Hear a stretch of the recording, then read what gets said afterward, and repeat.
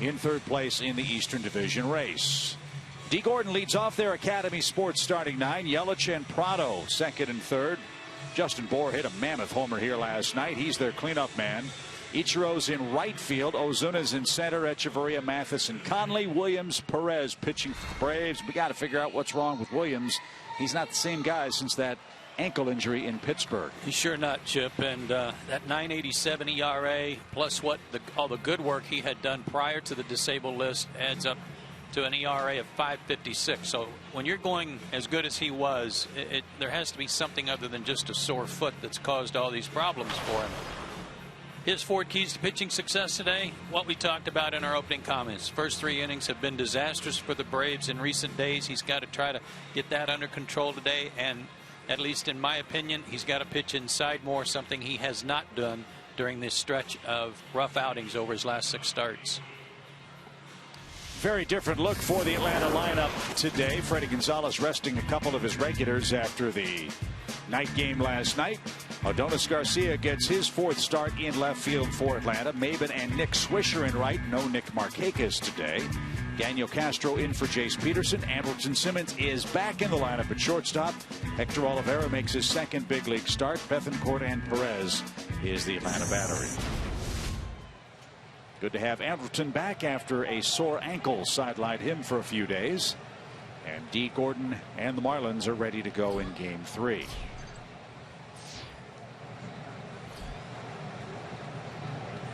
And the first pitch is called a strike at 91 miles an hour. And it's 85 degrees and breezy. Wind blowing out toward the Braves bullpen.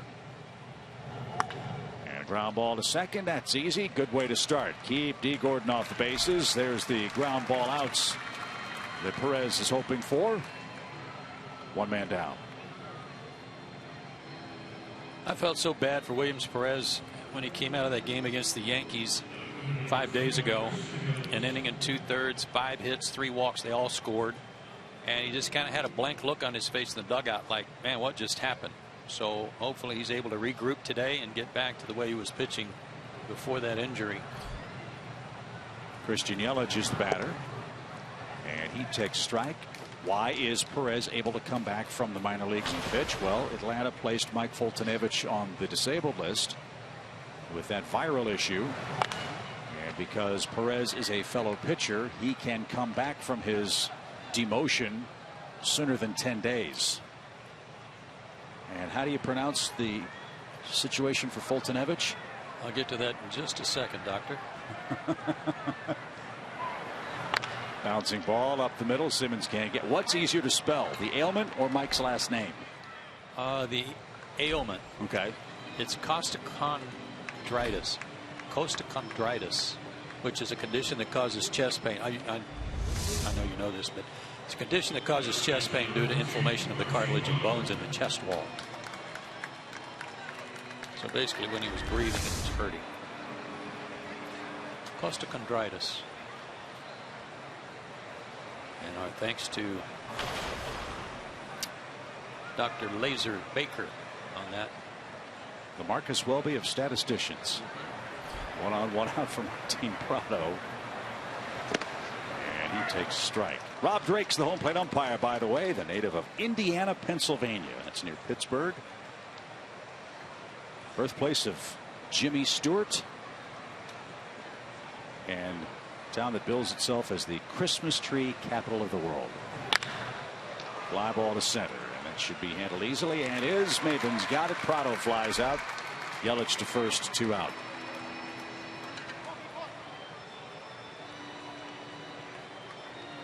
I think the Marlins found themselves a slugging guy to hit behind Giancarlo Stanton. No kidding. Last 4 games for Bour, 3 homers, 8 RBIs, 6 hits, and a couple of home runs against the Nationals. And he launched one here last night, and it was, as I said, a missile. If I'm Freddie Freeman at first, I'm really wanting to play behind Yelich. Good changeup. But right away, Bethancourt giving him a sign like, get it down.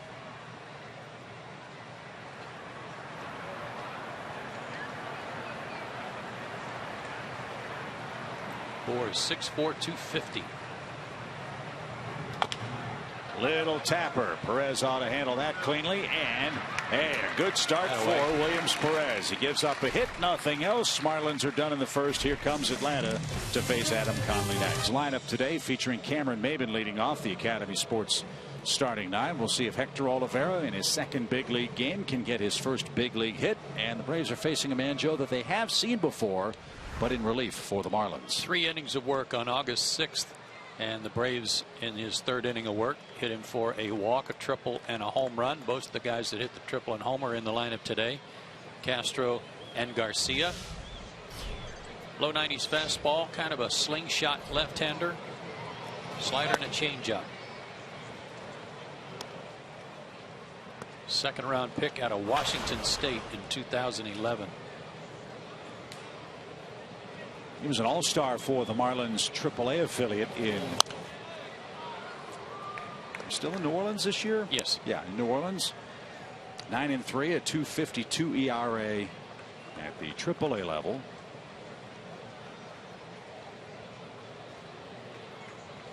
And trying to make an impression for a pitching-starved Marlins franchise. Out of play foul. It's a strike to Maybin. 1 ball, 2 strikes. You saw there on that graph. More changeups than sliders. His breaking ball is still a work in progress, and that's why he's having some trouble with left-handers. Lefties hitting him at almost a 350 clip. That was a disappearing slider, and Maybin swung over the top of it. Maybin no hits in his last 19 at bats now, and Conley has his first strikeout of the day. Well, what would be nice, as we've been talking about these first 3 innings, would be for the Braves offense to break out early and give Williams Perez some room to breathe. And that hasn't been coming easily either for Atlanta. Braves have scored 1 run in their last 20 innings. Here's Simmons, and that one to the backstop.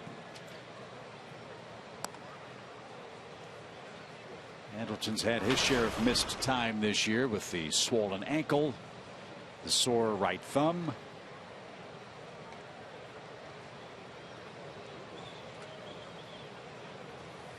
And he looks outside at ball 2.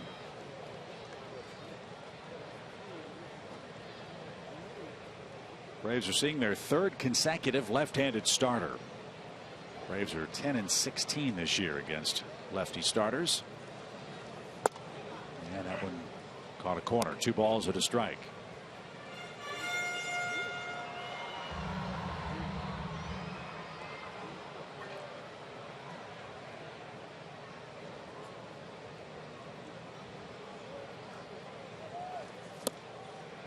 Good breaking balls to the right-handers.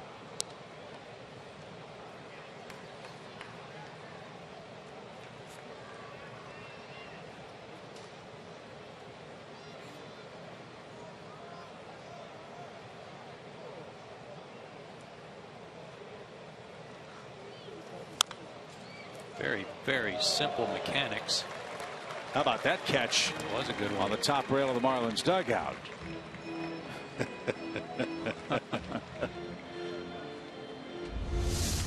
Check that out.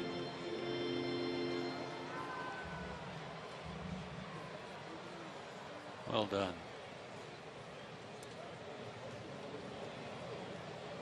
Two balls, 2 strikes. Strike 3 over the outside corner. Conley's begun the game in impressive fashion. And it's a lefty-lefty matchup now for Freddie Freeman, and here are the lefty-righty splits for the Braves against the opponents. Now that pitch at 93, that's kind of off of his range. Braves against lefties on the year, 238, pretty low in Major League in terms of average. Right-handers in the middle of the pack. But until this series, Atlanta just hadn't seen that many, especially in a grouping like this. And does that surprise you in that the bulk of Atlanta's offense has come from Markakis, who hits lefty, Freeman, who hits lefty and has missed time, and A.J. Przinsky, who hits lefty? No. 1 ball, 1 strike for Freddie Freeman. slowly but surely getting his timing back. He's hitting .267 since coming back from his oblique problem.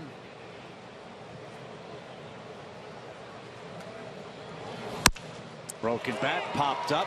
Can anybody catch it? The answer is yes. Fine running catch by Christian Yelich. He's a Gold Glover, and Conley retires the side in order in the first. And they get to stay and watch a ball game. Marcell Ozuna leads off the second. Yeah, the best part's when the kids are all sitting attentively behind the dugout and they turn on the big hose that they use to water down the infield, just spray them down and say, "This is rain." They should haven't experienced that in a while. And a strike. Some back and forth for the Marlins on their lineup card today with Ozuna and Ichiro. Ozuna was going to play center, then he was going to play right, and then they made up their mind, and Ozuna's playing center in Game 3. And there's a reason for that indecision for the Marlins, and it has nothing to do with Ichiro and has little to do with Marcell Ozuna. It sounds like we're headed upstairs. But doesn't have anything to do with the players. And well, it has to do with the man that's rehabbing in Jupiter.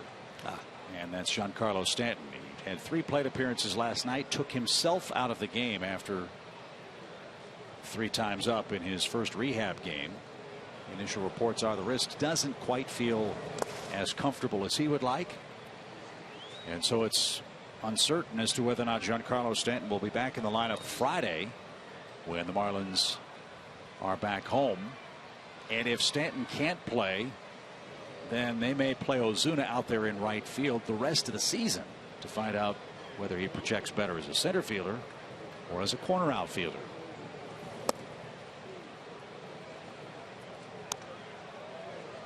Three balls, 2 strikes. Perez wanted that pitch, didn't get it. Yeah, Rob Drake stood up like he was going to call it a strike and then didn't. Like the same pitch called a strike on Simmons. And that one missed. Second base runner of the game for the Fish. First walk for Perez. Williams might have had him struck out. 1 on, nobody out for Ichiro.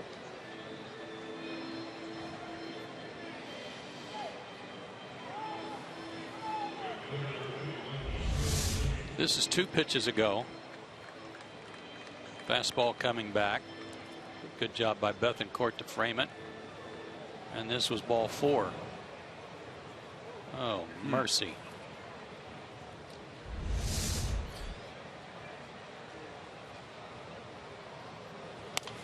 Ichiro pops it up and out of play. So the man from the Christmas tree capital of the world may have just given a gift to Marcell Ozuna with a free pass. That'll bring up Ichiro.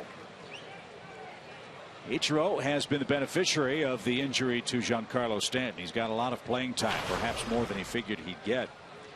Today he makes a 75th start. He has 70 hits in those 75 starts. And he's 75 hits away from 3,000 in the major leagues.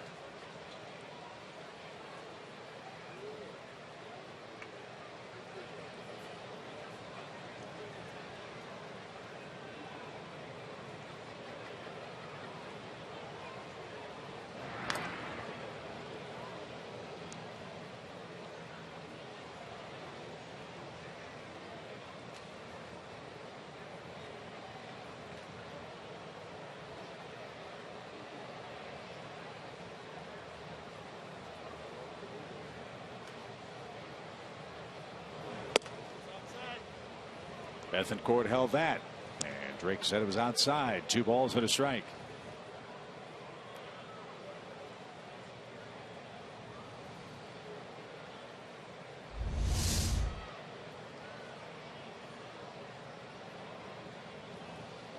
If he's missing, it's microscopic. Line drive to center. Ichiro is out number 1. And if he's not going to give him one side, okay, and Bethancourt's talking to him about it now. But don't take the other side away from him, too.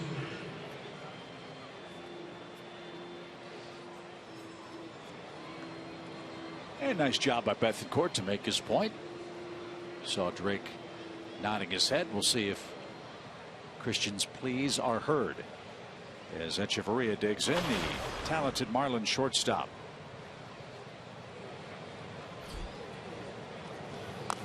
They love his glove, and they're really excited about how his bat has come along. He was really, in the early days with the Marlins, all glove and very little hit. At 227 2 years ago, 276 last year, 279 this year, with career homers, career highs in homers and RBIs now. Well, that wasn't a very good idea. Trying to bunt with a guy hitting a $114 behind you, and then the pitcher.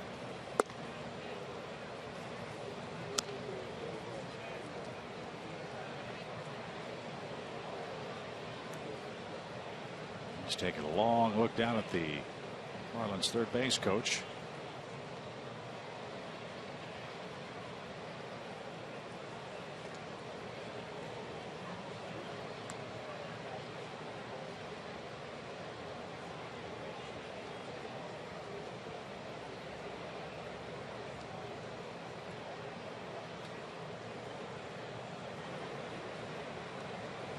One ball, one strike. There's another bunt try. It's popped up. Ball dropped and kicked out to the mound. Bethancourt can't pick it up, and everybody's safe.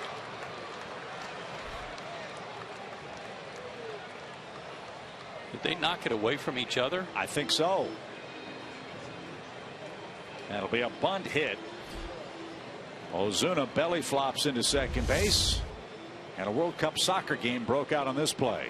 Dropped between them, and then Bethancourt shin guarded it out towards second. And Echeverria is going to need some attention at first.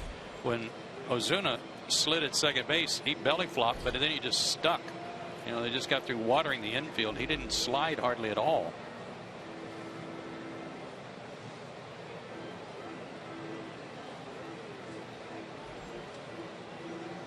He's pointing at his left leg.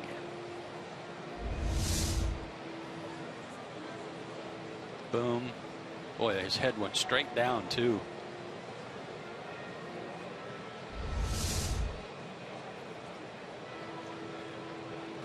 This is not just a cramp, I don't think.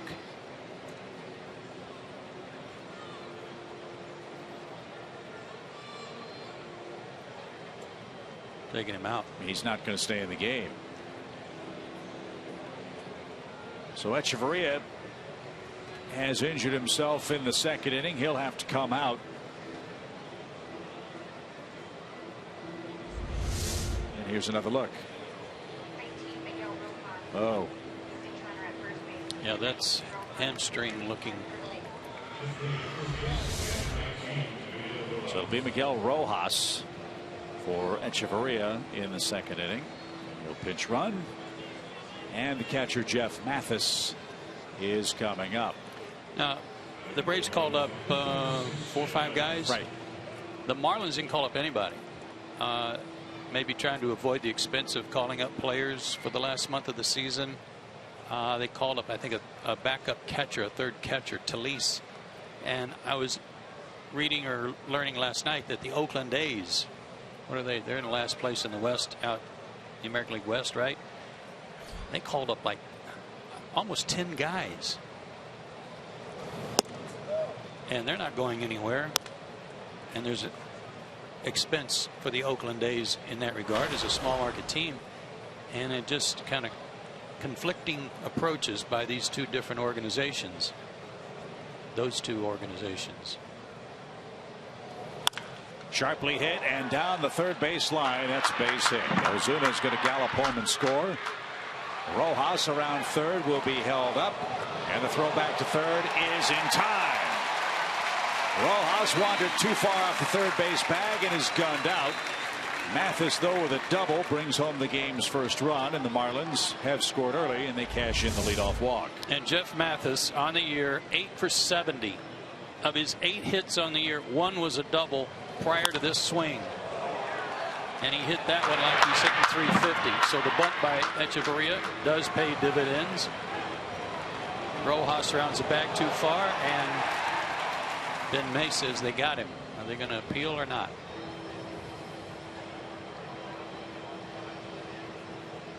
Dan Jennings is out on the warning track waiting for the high sign from his video replay group.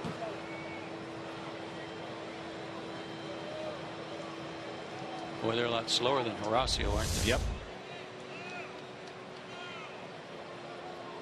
It's like they may have an argument. And Rob Drake wants them to decide. And they have. They're not going to challenge. Good. So heads up play by the Braves. Simmons and Oliveira after the relay throw from Adonis Garcia. And now Adam Conley will bat with a lead and a runner at second base and 2 outs. He's got a couple of hits this year. And the questionable leadoff walk comes back to cause Perez some trouble. Yeah, that could easily and should have been called strike 3 on one of those 2 pitches. And it turns out to be a run against Williams. Isn't that something else we've seen too? If something is called that doesn't go the Braves' way, there's a big problem. Base hit up the middle by the pitcher. Here comes Mathis around third. Maben loads up. His throw toward the plate is unable to be cut off, but no further advance. Back-to-back hits for Adam Conley, his 3rd hit of the year, and he now leads 2-0. And this is what I was talking about. The roof seems to fall in very quickly if there's a moment's worth of adversity.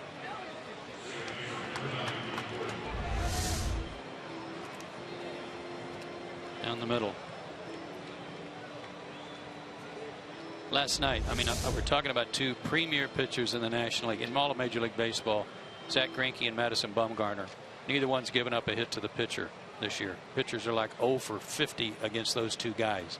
Granted, Williams Perez is not in that category of pitcher, but last 2 nights, pitchers have had a pretty good night for the Marlins. Now you've got to face D. Gordon as the pitches pile up. And again, with all due respect to Jeff Mathis, he's hitting 8th for a reason. And Conley the pitcher, but those 2 men have RBI hits. Three hits in the inning, 2 runs across as D. Gordon chops one in front of the mound. Perez has to hurry, and Gordon is retired, and so is Miami. A leadoff walk leads to a 2-run inning, and a hit by the pitcher hurt 2. It's 2-0 Fish. Perez. I don't know if I can put it in perspective as a hitter, but I think just watching them go, and I don't know if Paul would agree with this or not, but if they're able to pitch 5 or 6 innings every time out, I would say that means they're doing some good things early in the ball game. They're establishing inside with their fastball and learning how to pitch to both sides of the plate. When you're not getting out of the 5th inning, that doesn't show me anything. It doesn't tell me that you're taking that step. But if you're pitching deeper into the ball games, it does, because you're able to pitch out of jams, pitch out of trouble. Those are the adjustments, I think, one of the adjustments Paul's referring to. Would you agree, Bertie?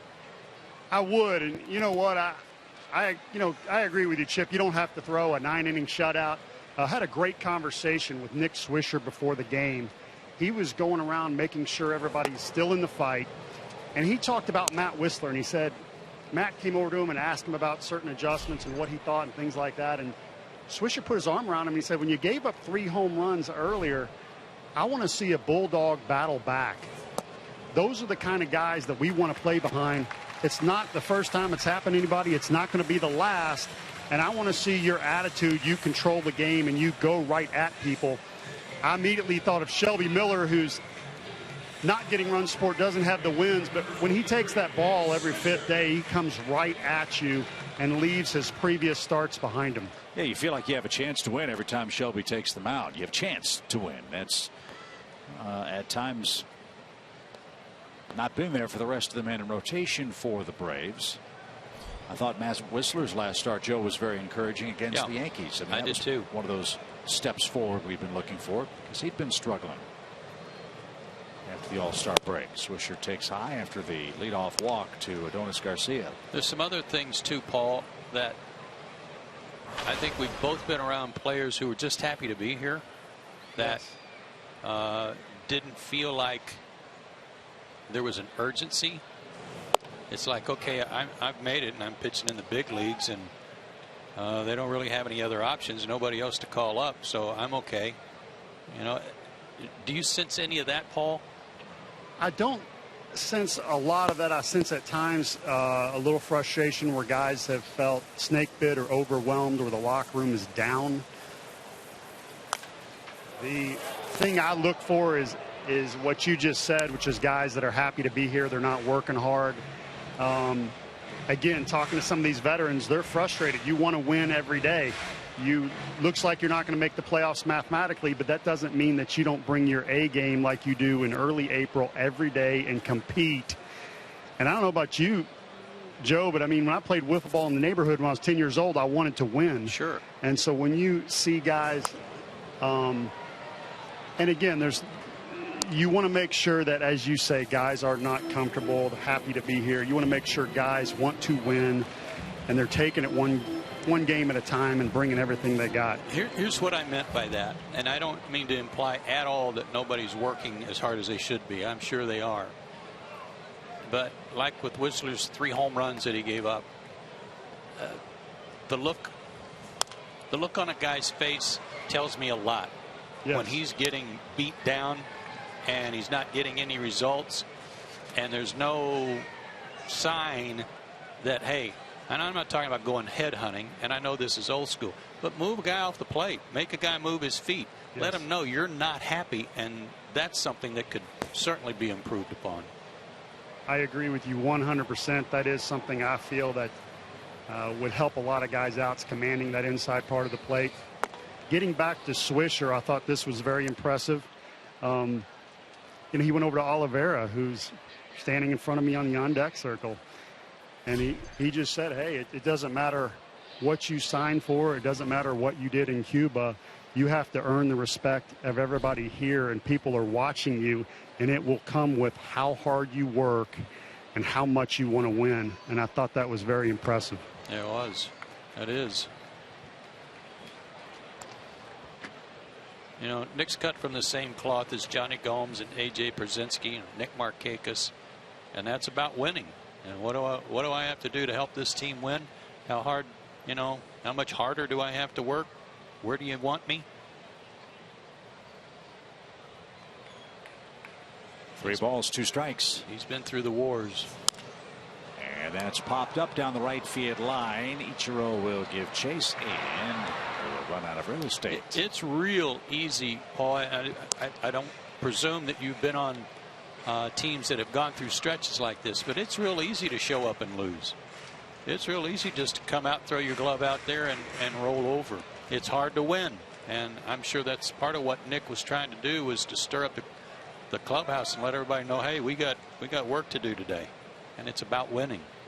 Absolutely, and I have gone through that, Joe, actually in '99 with the Phillies, challenging the Braves in August, even stepping into first place for a game, and then line to center. That's going to get down. Ozuna tried to make a deke. Great bat at bat. And Nick Swisher has the first Atlanta hit, and Hector Oliveira has an RBI chance. 2 on, nobody out. Go ahead, Paul.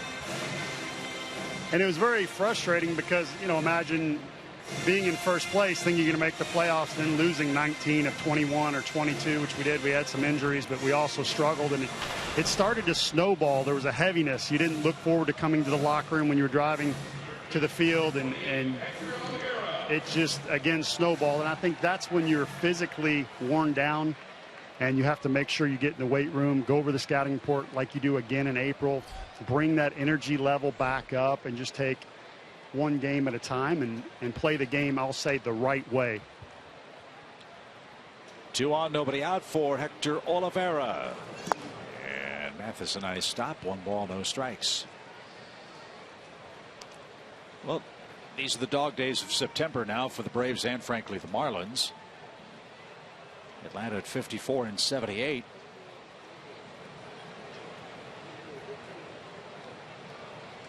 As Conley looks in for his sign with a 1-0 count. And that's backing out of play to the screen. If you can't get up for the games that we have coming up starting tomorrow night, then you can't get up for them. We're going to Washington. Nationals are fighting for their lives. This is the Braves postseason.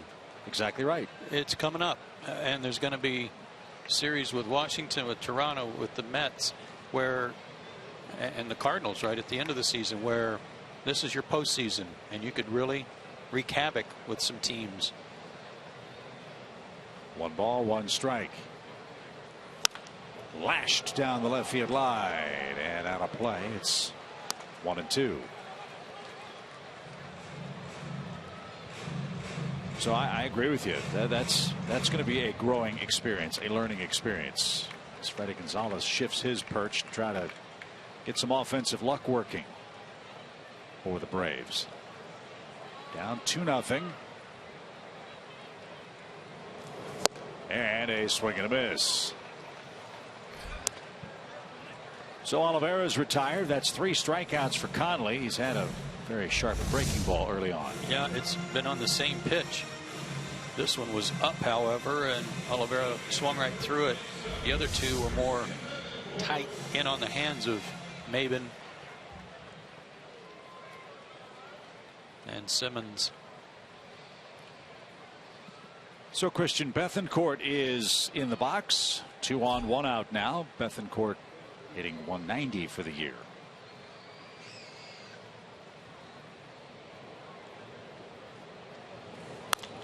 And he pops it up. Bohr and Gordon.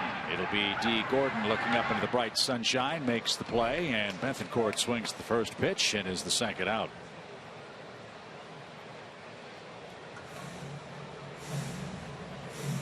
That strikeout of Simmons, I need to correct myself, was not on that slider. That was the fastball that Rob Drake gave Conley on the call. So with 2 outs, the 8th place hitter is Castro. Marlins have a base open, so they can pitch carefully here with the pitcher due. Let's see how Miami goes to work. Daniel's done a nice job when he's filled in at second and at shortstop. He's hitting .303 for the year. 9 hits in his 8 starts.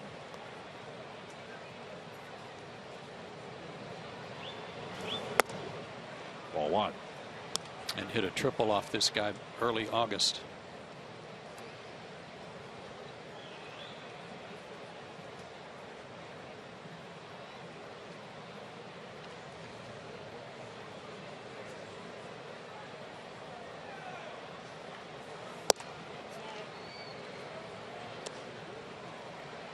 After the game, the Braves head to Washington. We open up a series with the Nationals, then the Phillies.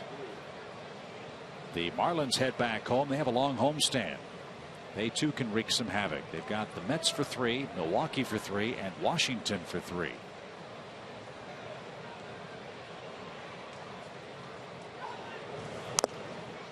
That's tipped and caught. Good change up there. Milwaukee's played better lately. They won their last 2 games, 5 out of 10. Here's a stat that might surprise you. You know what the Marlins record against the Nationals is this year? No. 6-6. So they've got a shot to make life tough, very tough for Washington. The only way Washington's going to the postseason is if they win the East. It looks like they're 9 back in the wild card, 6.5 out behind the Mets. Foul back, and they lost another game to the Cardinals yesterday in come from behind fashion. Matt Williams getting roasted for his bullpen usage, or lack thereof, some say. He didn't use Papelbon, right? Right. He's had his With the relievers. lead. He's had his relievers in set roles pretty much all year, and he has been very unwilling, it seems, to change those roles. Drew Storen's my 8th inning guy. I'm not going to get him into the game in the 7th. Papelbon's my closer. They never got to Papelbon because Casey Jansen got roasted. Bouncing ball to second, and Gordon will flip to short, and that will retire the side of the shortstop covering the bag, Rojas. And Atlanta had 2 on, nobody out, and can't break through. Second, and couldn't break through against Conley. So Perez will face Yelich, Prado, and Bohr here in the 3rd inning.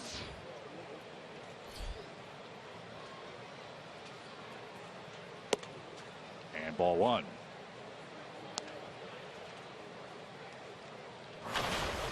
I know he's a Marlin, but I sure like watching this kid play. Christian Yelich. Can do a lot of things to beat you. Long strider, good run. I mean, good speed rather, and terrific looking hitter. Nice swing.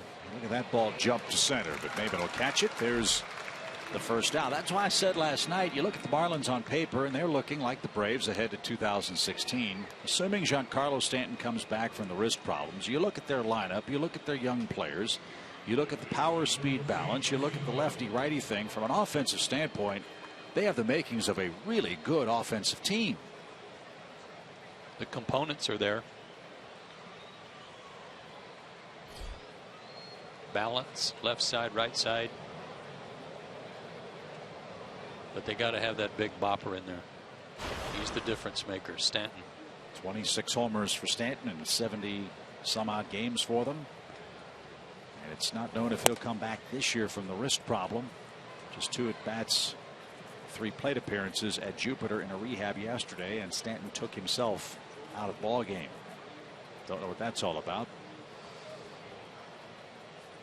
As Martin Prado rips one out of play. Still a fan favorite here in Atlanta. And a man we hated to see go, not just because of those numbers, but the kind of guy he is.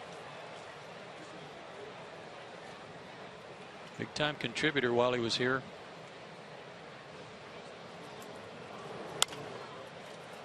Popped up. Freddie gives chase over near the tarp, and he can't get there. And as I said last night, he made himself into a good hitter.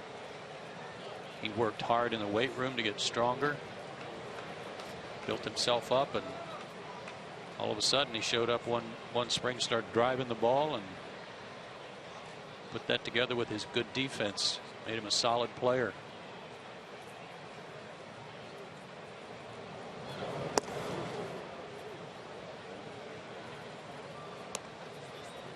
So of those 752 hits that Prado had with the Braves, about 680 of them were rockets between the first baseman and second baseman when he was here. Hitting behind the runner typically. Yep.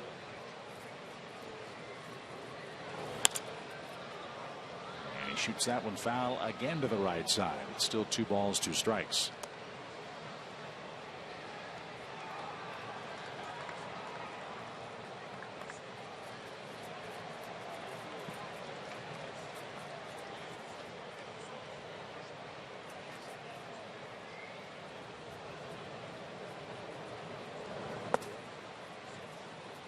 Full count.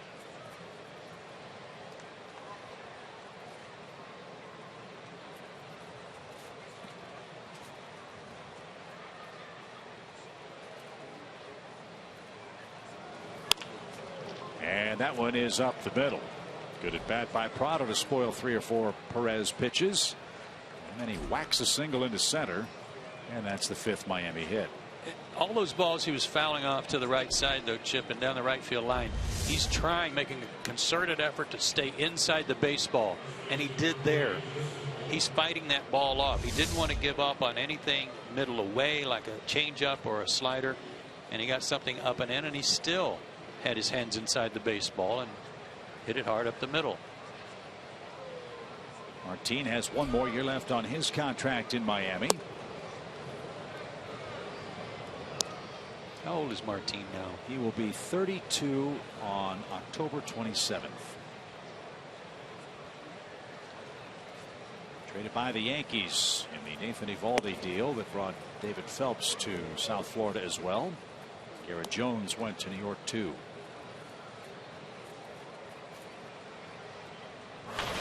So in what's been a disappointing year, Bohr has to be one of the highlights. What a find he's turned out to be. They signed Michael Morse to be the man to protect Giancarlo Stanton, and Morse just never really clicked in Miami. He was since dispatched. You've got to be really strong to do what he does, and that's flip that ball of the bat forward toward the third base batter's box and still get it back up into a position to start your swing. You've got to be ultra strong. And last night, that home run he hit, his timing on all that was unbelievable.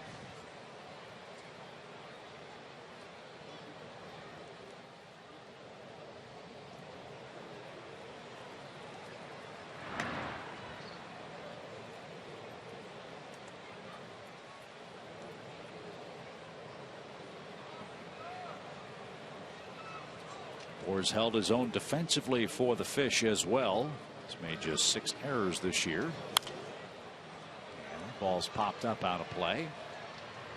Another thing that you like about Gore, 301 at bats now. And he's only struck out 70 times. Yeah, which is kind of surprising given how early he starts that bat waggle to get everything going. You'd think you'd be able to throw him some off-speed stuff to throw his timing off. That was an off-speed pitch, and he had to lunge to foul it off, but he did get a piece of it.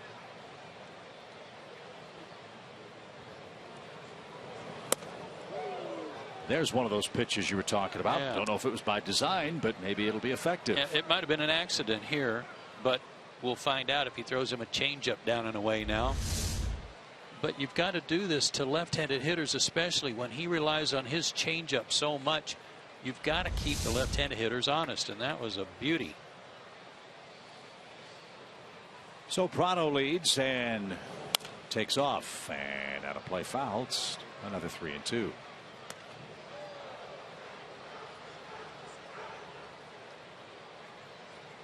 And you're right, it is something you don't see an awful lot of much anymore. Guys pitching inside for purpose, not to hit people, just to make them aware that they will buzz the tower. Some guys' command's just not good enough to do it. That's a good point. Runner goes, 3-2 pitch, back to the mound. Perez will have one play. It's to first, and he makes it for out number 2.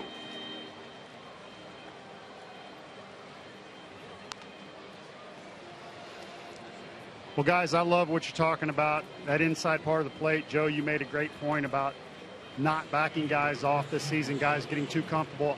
I personally think some of this is the game plan guys have used in AAA, which is away. Not having to establish the inside part of the plate doesn't work here. Something I've found is big league hitters at this level can hit the ball away. Most of strikes are on the outside part of the plate, and it's a matter of changing your game plan. I want to add to that in the next half inning, Paul, so stand by. Ozuna rolls out. Nothing doing for the Marlins in the third. Williams Perez will lead off, down a pair. He scored 9 runs the other day, and they had no intimidation factor at all about the inside part of the plate, and they just kept stepping up hitting. Nobody got dusted. And when hitters know that, and they know that in the dugout, boy, it goes to the dugout like wildfire where, hey, they're not going to challenge you, so go for it. I agree. That's part of the game at times is lost, I believe, pitching inside. It is hard to do. You may hit the guy, but sometimes that's okay. I felt like you need to own the inside part of the plate. It's the hitter's job to get out of the way, and you're exactly right, Joe. You know it more than anybody as a hitter. If somebody's not going to throw inside or establish a strike inside, that hitter will start to either scoot towards the plate, making that pitch away down the middle, or they'll start to dive. Right. And neither's good.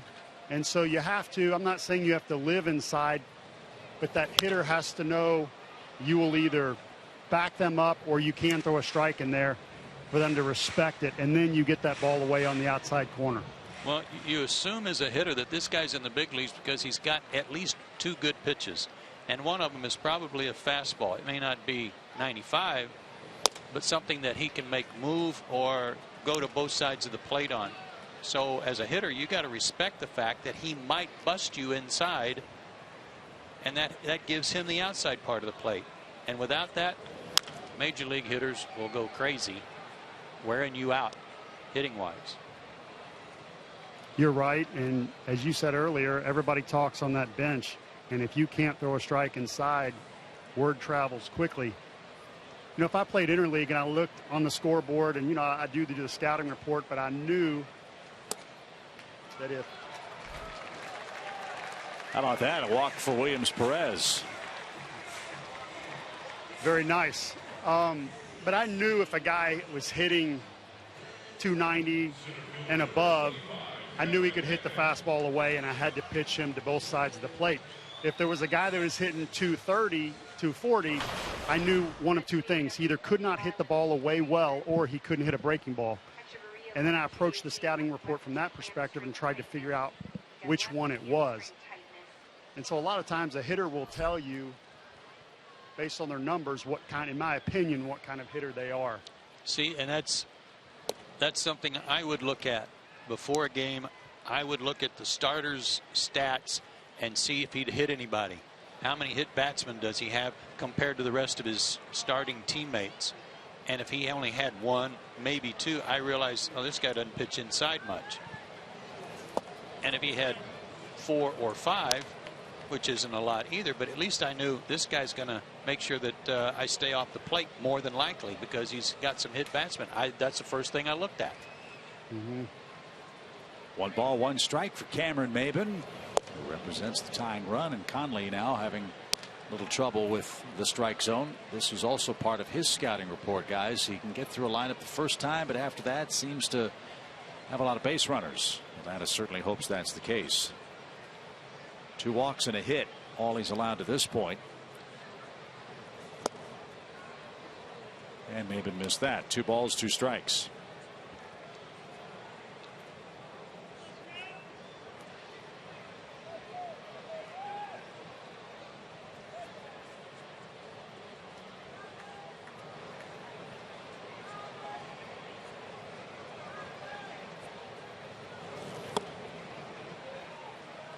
Showed you this earlier, but it's worth repeating that for Conley, things going along okay with nobody on base, but after that he has trouble, and usually it begins with the second time through the order because hitters rule out his breaking ball and changeup and just sit on his fastball.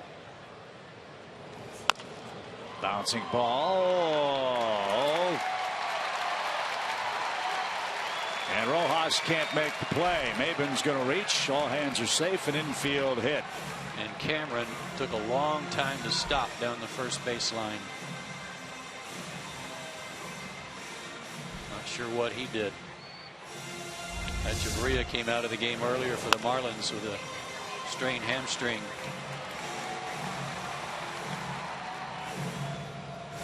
So that snaps an 0 for 19 for Maben. Oh, that slip didn't help.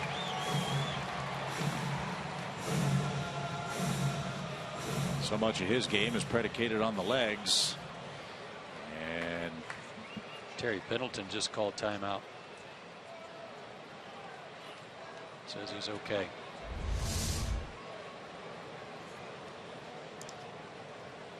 Andrelton Simmons in the box. 2 on, nobody out. Same situation for Atlanta in the third that they faced in the second. Couldn't score. Let's see if the heart of the order can do some damage. First pitch swing rolled out toward Gordon. Tag, throw, double play. Maben thought that Gordon missed him on the way by. That's a double play. We'll see if the Braves make an appeal.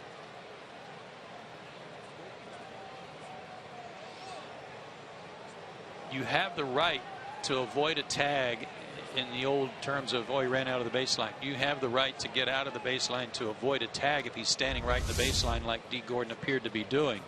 So did he tag him or not? Look there. See how D was reaching back to try to get him again? I would say he missed him. And he did. Otherwise he wouldn't have snapped his glove back to try to get him again. Pretty fancy footwork by Cameron. You bet. And that's a huge call if the Braves get this call overturned, and they will appeal it or challenge it, if you will. And Maben should be ruled safe. Call should be overturned, and Atlanta should have runners at second and third with 1 out. Joe West, the crew chief. There he's hustling. Okay. Wasn't sure if he was going to make it.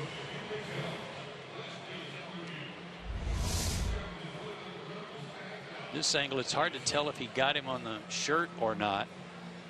But see, he reached back right there in an extra effort and then looked at the umpire.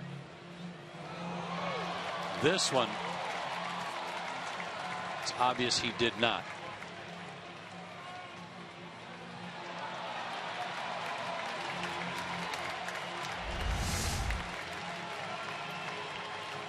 Even Maben's laughing at his fancy footwork. And D. Gordon's laughing along with him. Tried to fool everybody in the ballpark, but Maben would have none of that. But you never know. We had a replay earlier in this series that we thought was obviously going to be overturned, and it wasn't. So we'll wait for the verdict. Indeed we did. This one shouldn't take long. And he is safe. So Simmons is out on a 4-3 put out. Runners are at second and third for Freeman. And only one man out.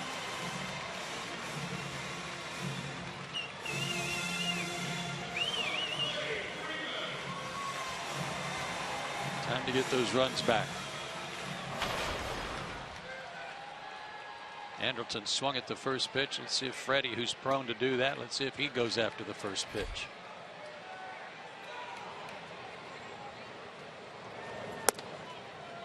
They thought he might and pitched him away. 1 ball, no strikes.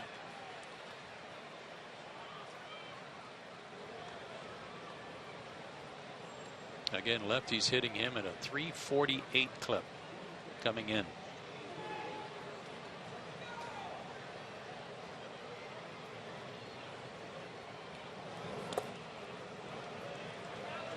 That slider missed again.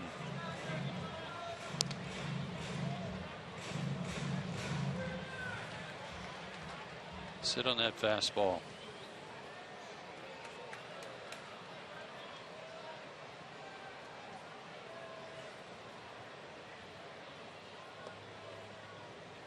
Two balls, no strikes.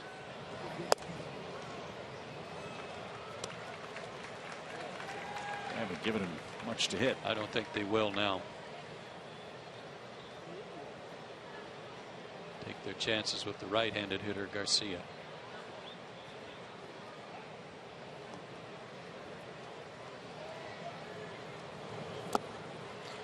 So Freeman walks, third walk of the game, second of the inning for Conley. And Garcia hits with the bases loaded.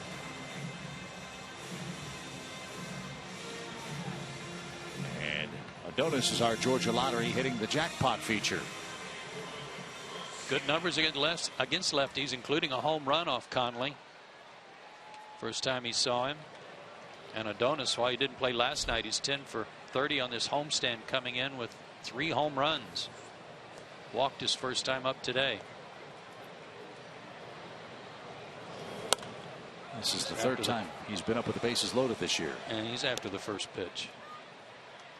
How's he done? 0 for 2.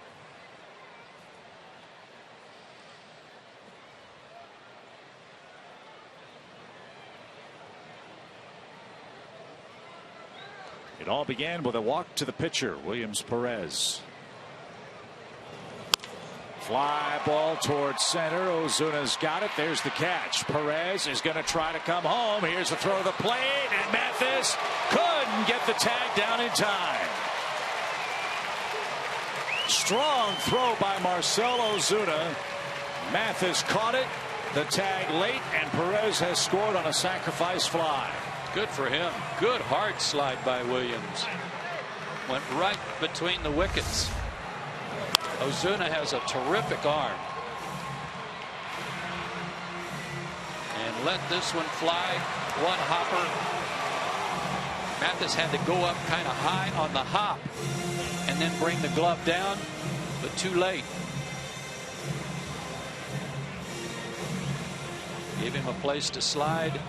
Good call. Boy, Rob Drake right in there, sticking his nose right in there on that call. That's a good old-fashioned near collision at the plate. Yeah. And Perez got the best of it. He scores the first run of the day for the Braves on a sacrifice fly, and now it's 2-1 score for Nick Swisher. Nick earned a hard-fought single in the second inning for the Braves. Trying to bring home Maben with 2 outs.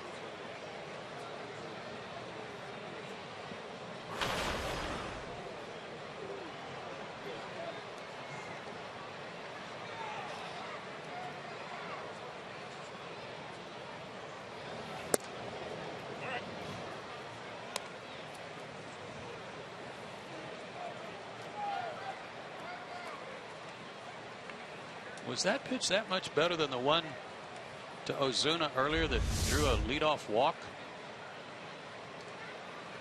No.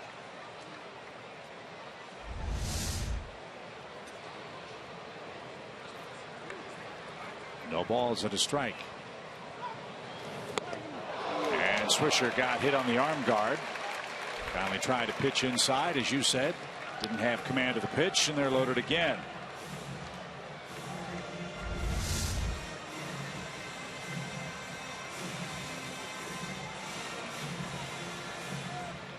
Those arm guards on the elbow and the bicep have really done good work for hitters. At this day and age, it's not too often you need them. Oliveira had 2 on, nobody out, struck out his first time up. He's got 3 on with 2 outs. Looking for his first major league hit. Right now, he's not getting much over for a strike except his fastball. That was a changeup, and that missed.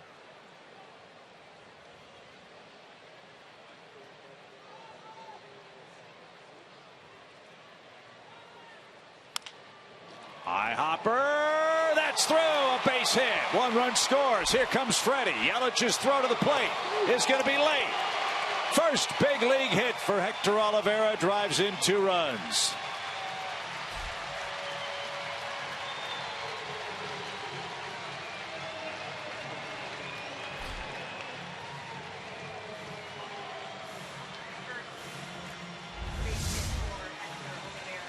He threaded the needle on this one. A pitch away from him, rolled over the top of it, had enough topspin on it.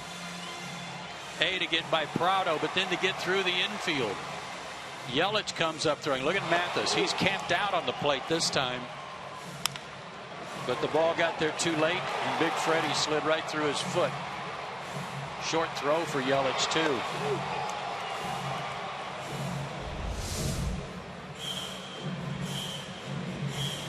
So the Braves have come back to take a 3-2 lead, a milestone for Hector Oliveira. Yeah, put it on the scoreboard if you would, folks. That'd be nice to see up there, a 3-2 lead. Right now they only have given the Braves credit for 2 runs. It's been tough enough to score this year without home field disadvantage on the scoreboard. Short changes now. Yeah, come on, fellas. There we go. And Bethancourt is the hitter, the 8th man to bat in the inning. Congratulations to Oliveira, his first major league hit.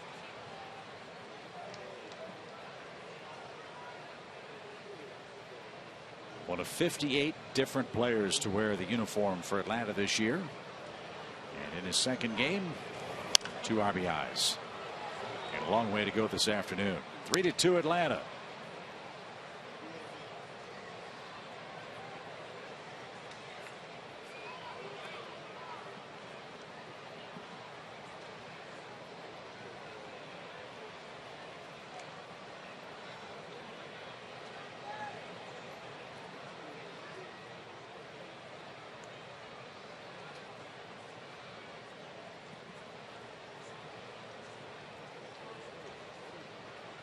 Argyle Jenkins, our stat man downstairs, tells us this is the first time the Braves have had a lead in 6 games.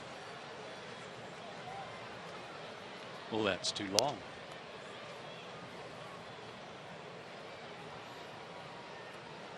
I don't know where Freddie was camped out, but go back to the same spot. If it was in the front of the dugout or down at the far end.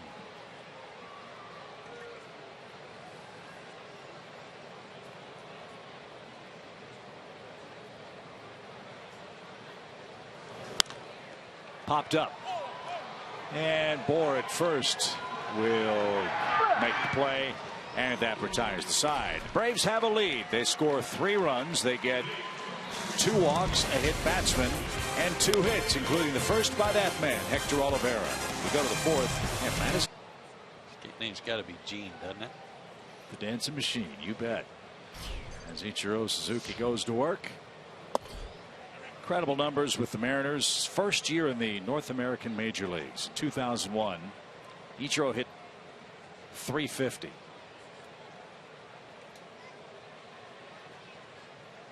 .242 hits. 2004, hit 372, 262 hits in a single year.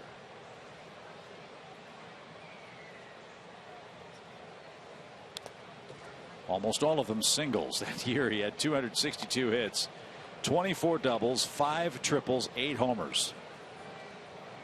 His on base percentage that year, .414. By the way, he only made 3 errors in the outfield. Fly ball headed for the gap. That's going to get down for a base hit. And Ichiro's on his way to second. He doubles on an 0-2 pitch. Like an off-speed pitch too, and when he swings like that at an off-speed pitch, it's like almost like he slows his bat down to the pitch speed to make sure that he makes good contact with it. See, that wasn't a big hard swing, just batting practice contact, and he hits the gap. 5th double for Ichiro, who's now 74 hits away from 3,000 in the U.S. So here's Miguel Rojas. He came on after Echeverria left with a hamstring strain.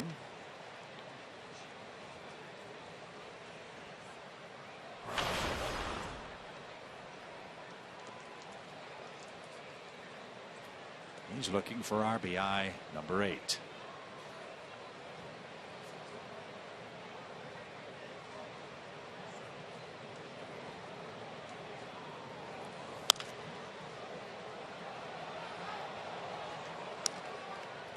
Rojas out of Venezuela. He came with D. Gordon and Dan Herron for the Dodgers for Andrew Heaney, Chris Hatcher, Enrique Hernandez, and Austin Barnes. Heaney was later flipped to the Angels for Howie Kendrick, who has been hurt. Chase Utley was then acquired by the Dodgers from the Phillies. And that's down the right field line and just foul. I mean, just foul. That would have tied the game. And Rojas back to the plate.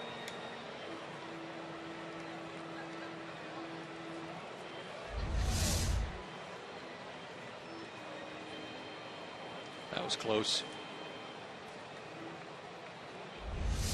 Going back to the trivia question with that batting average, the only one higher than among active players than Ichiro Suzuki, which took me to Detroit, and I did not realize that Detroit had fallen into last place in the Central Division. Nobody saw that coming, did they? No.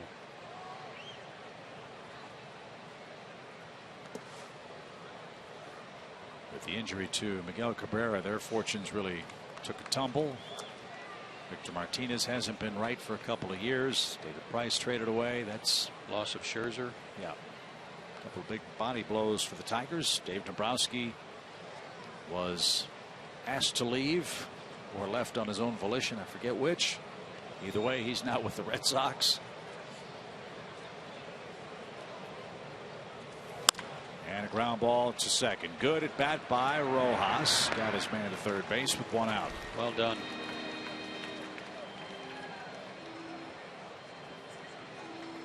I think the story out of Kansas City, we talked about it last night, is worth following. Chickenpox outbreak. A couple of their players are out for 2 weeks with chickenpox. It sounds like a silly thing, but among adults, it's apparently a very serious illness.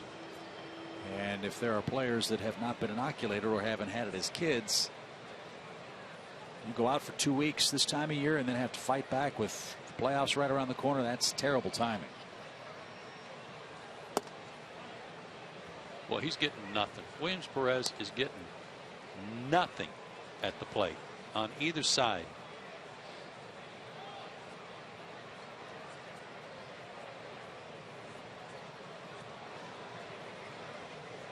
Infield in. Mathis didn't get that. Even count.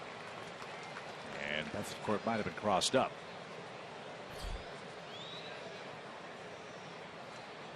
Can't afford that here. Not with a tying run at third.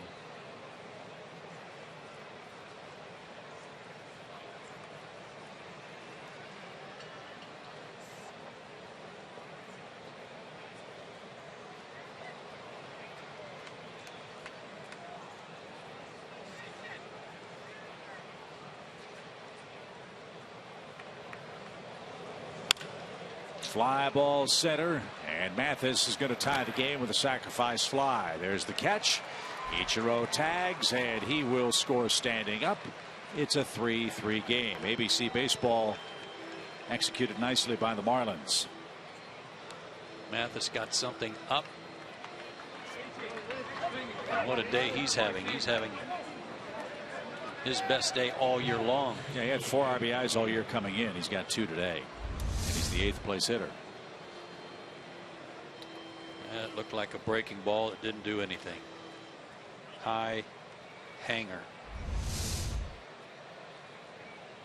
Adam Conley's gotten in on the fun. He has an RBI hit, and that's taken low. 1 ball, no strikes. So we'll have to start over. 3-3 game now. We're in the 4th. None of that would have mattered if Rojas hadn't gotten Suzuki over to third base. Bouncing ball. Freeman's got it. He'll flip to Williams Perez, and that's the inning. A leadoff double, a ground out to second, and a sacrifice fly has us tied up. Ichiro had 660, is that right? 662 major league hits before he turned 30.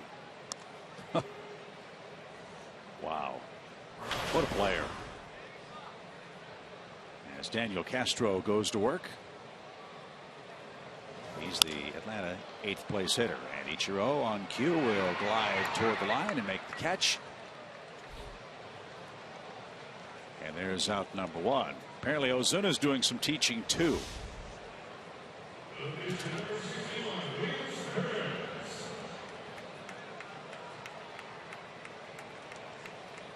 Yeah, Brett Butler's. Oh yeah, Brett does have a little something working. I thought that was the chicken dance. Ooh. That was a little rough. Oh, way to go, Brett. So 1 out for Williams Perez, who walked and scored the first Atlanta run. He was handed a brief 3-2 lead, but Miami has tied things up.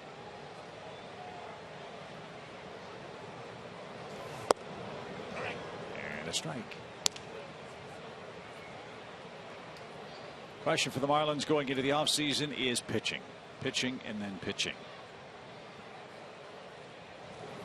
Really was their question coming into this season. That was thought to be their Achilles heel. Could they hang on until Jose Fernandez came back, and would they be able to stay relevant until Fernandez came back? They dug themselves such a deep hole it was never found out. They lost Henderson Alvarez to shoulder surgery. Matt Latos was a disaster in a Marlins uniform.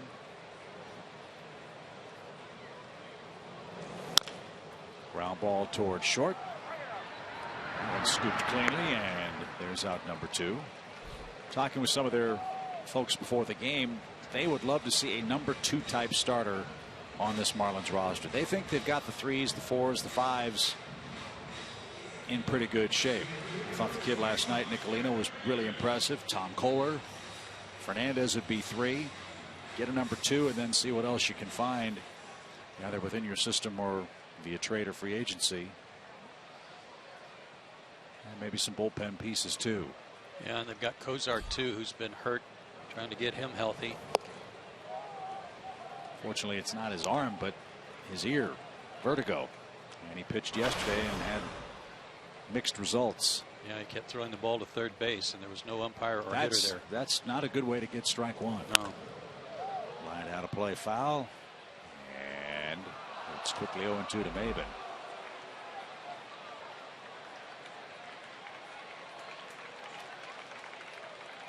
I think that guy got a baseball, might have lost his beverage.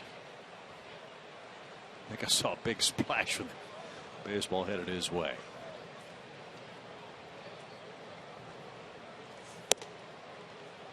Upstairs, 1 ball, 2 strikes.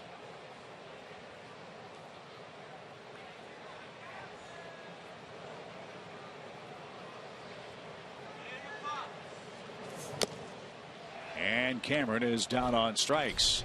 Nice rebound inning for Adam Conley after a rough 30. Gets Hill at lunchtime in high school, junior high and high school, to Hub and Lil's drive-in.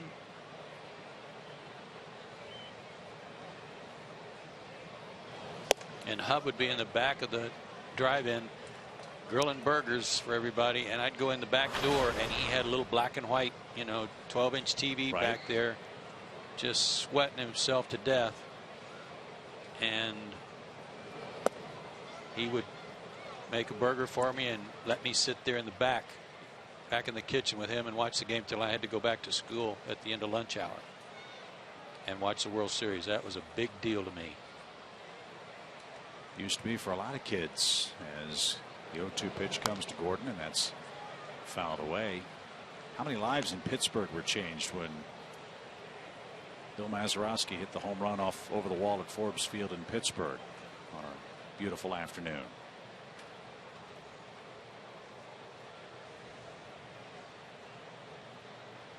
No balls, 2 strikes. And Gordon fouls it away. It's still 0-2. The Braves have done a really nice job in this series on Gordon. He's just 2 for 12. But last night, he got both of his hits and reached on a fielder's choice, scored a run, and stole 2 bases. That's the kind of havoc he can wreak when he does reach. And coming into this series this year against the Braves, the damage was in RBIs. He had driven in 11 runs against the Braves to go with a .321 average.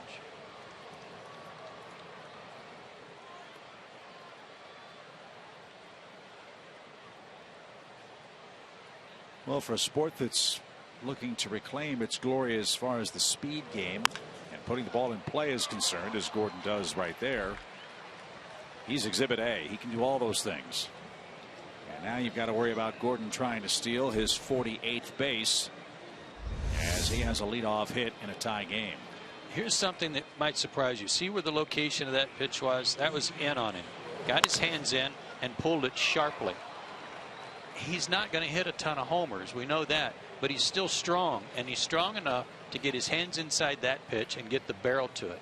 There's still strength associated with that type of swing. Yeah, don't be fooled by the slender frame and the wiry body. Exactly. Now it sets up for Yelich. And this is why I think the Marlins are so dangerous when they're ready to rumble. If you have Prado hitting second or Yelich here, you figure he's going to see a lot of fastballs because you're worried about the speed of Gordon. If he gets to second,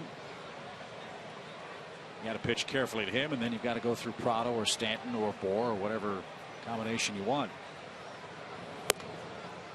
There's a fastball that was overthrown high. 1 ball, no strikes. And it's very odd in this day of Major League Baseball for a team to have nearly as many stolen bases as homers, but that's the case for the Marlins. Miami entered play today with 97 steals, 98 long balls. And Gordon has 47 of their swipes alone.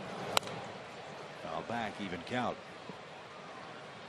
I've been talking since we've been talking about Prado being in town, and I think he's arguably the best 2-hole hitter in the National League. There are some merits to having Yelich bat second too. Harder for a catcher to see the runner at first, harder to throw to second when you got a left-handed batter up there, and Yelich certainly capable of pulling the ball through that hole. We've talked a lot about balance, the left-right balance. Gordon's a lefty, Prado's a righty, Yelich a lefty, Stanton would be a righty. Bohr, if you want to hit him behind Stanton, another lefty. That causes a manager some headaches in the other dugout late in the game. But today it's 2 lefties at the top. And Gordon chased back to first. 1 ball, 1 strike.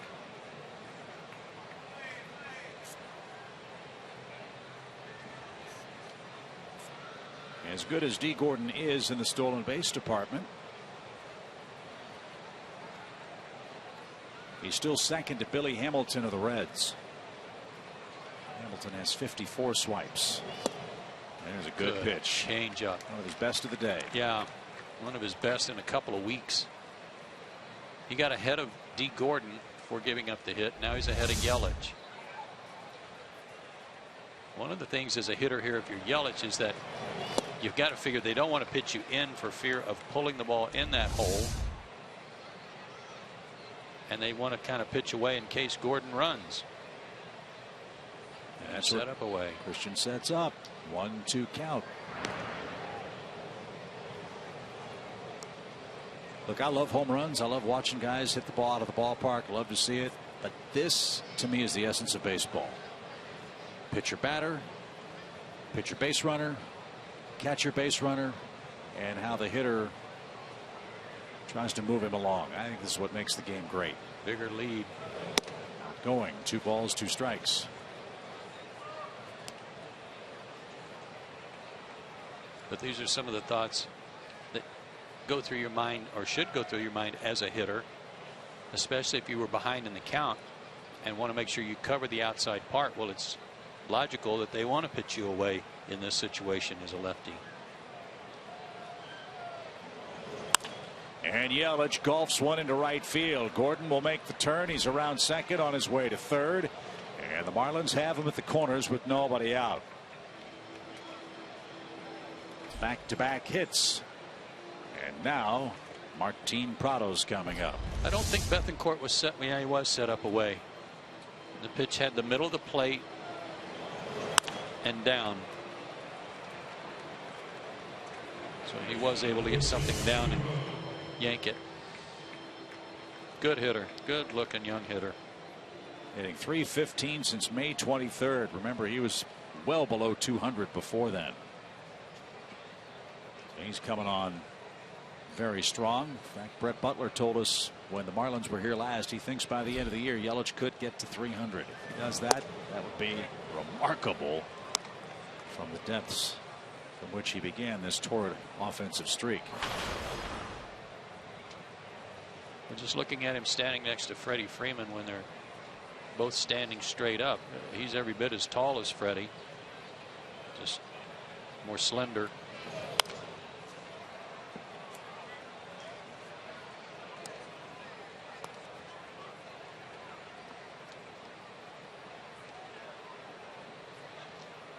Don't lose sight of Yelich either. He's got 14 steals, but again has been playing with a sore knee.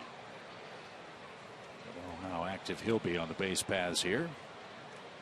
Prado way behind in the count. No balls, 2 strikes. And that's hit in the air toward right. Swisher back. Can't hang on. It's into and out of his glove. All hands are safe. A run is in. It's 4-3.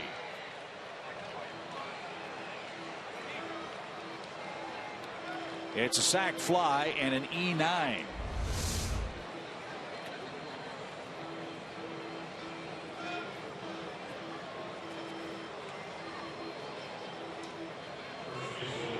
Martin will get credit for the RBI. And again, just trying to hit the ball to right field. Had a hole over there with Yelich at first base. Some more professional hitting from Prado. That brings Roger McDowell to the center of the diamond for a chat with Williams Perez. Most of all the other baseball is later tonight. We will make our way to Washington. We'll have a chance to watch the Nationals and Cardinals who play tonight in St. Louis. Reds will be in Chicago to play the Cubs. That's a 2:20 Eastern Time start. Angels and Oakland get started at 3:35 Eastern Time. Yankees in Boston at 4:05. Yankees have to be a little concerned. Sounds like Mark Teixeira is going to miss at least a couple more weeks for New York. It's a big hole in the middle of their lineup. That bone bruise is a big deal. I mean, Chris Johnson was out several weeks with that bone bruise from his bad slide. Freddie Freeman was first diagnosed as a bone bruise in his wrist. And for Teixeira, it was from a foul ball off the inside of his knee.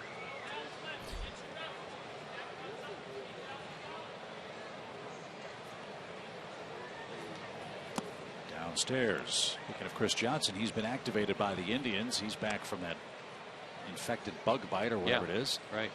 And there's another name that was brought back by the Indians that might be of interest to you. Gavin Floyd. No kidding. Coming back from the second broken elbow. Good for him. You talk about heartbreaking injuries. That one last year in Washington was just awful. And he was pitching really well. Yeah. It looked like he was really on his road back. And he's kind of the forgotten man around here in terms of him being in the rotation last year. 2 balls, no strikes. I may be off on. I think he threw 7 innings, a 2-hit shutout ball, and then threw a pitch and broke the bone right at the tip of his elbow. I think that's the olecranon bone. Is that what that's called? Dr. Dave would know. Well, all I can help you with is costochondritis today, but I'll get back to you on that. That might have led to it. I don't know. But he did fracture his elbow and then refractured it, but hasn't given up the dream of pitching again in the big leagues. Fly ball toward left. Garcia near the line, near the wall. Can't get there. And that's out of play. It's 2-2. So I hope Gavin has a terrific September. Hope the elbow holds up, and really hope that he gets another chance somewhere in 2016. Really a good guy. He told us last night about Jose Constanza, purchased from the Independent League by Tampa Bay. Good for him. Edwin Jackson loosening up. Ground ball right side. Castro to second for one. The throw to first is in time. A double play. Boers doubled up. Runner at third, Yelich. 2 men out. Williams needed that. Watch Castro. We had to go a little bit to his left to get this. Stop and take his time, knowing who the base runner was. But he stopped right there, took his time, picked up Anderson, gave him a great feed, and then they had plenty of time to get Babe Boer.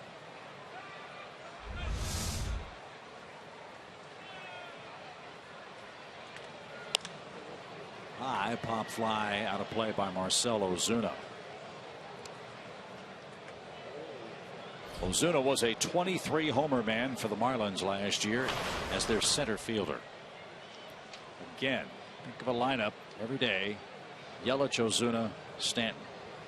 And as Joe mentioned last night, if they move the fences in their home ballpark, how much more power laden will the fish be? If this guy gets any better at all at putting that breaking ball in play, look out, because he can turn on anybody's fastball.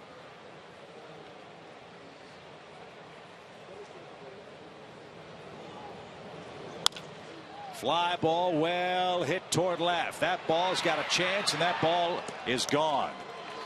Marcell Ozuna lines one over the fence in left.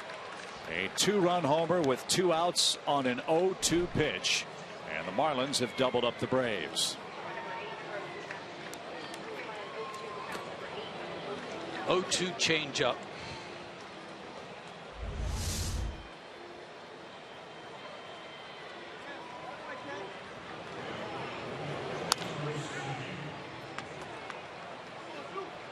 Strong man. First homer of the year against the Braves, his 8th of the season. He scored twice. He's knocked home 2, and Miami with a 3-run 5th leads 6-3. And that one sharply hit. Oh, Castro. Ooh, that ball caught him. Ichiro smoked it. He's retired, and the Marlins are too. They play 3 and take a. And a loss today would knock him out of 3rd place. The Marlins would climb over him.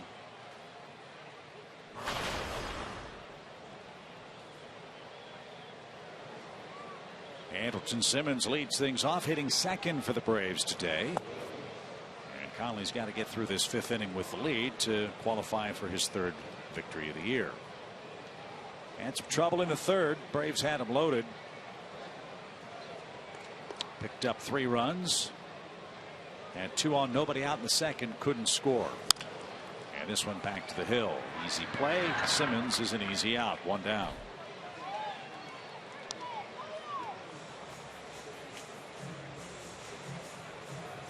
Freddie Freeman walked his last time up, scored ahead of Oliveira's big league first. And he's also popped out to left field.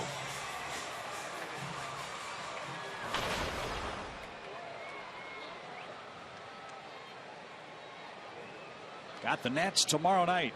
Braves have announced their starting rotation. Washington has yet to announce theirs. Might be waiting on Steven Strasburg, see if he can go. He was originally scheduled to pitch Friday night. Don't know if that's still going to happen or not. Oh, you know what? He came out of that his last start with, I think, an irritation. I mean, it could be anywhere, but I think it was an irritation of something he had earlier this year, like in his upper back. Right. You said right, like, yeah, okay. Yeah. Been there, done that. Yeah, I know. But they're hoping it's nothing, you know, that knocks him out for any length of time, because they can't afford to lose him again. Got their hands full tonight in St. Louis. They've got to beat Michael Wacha.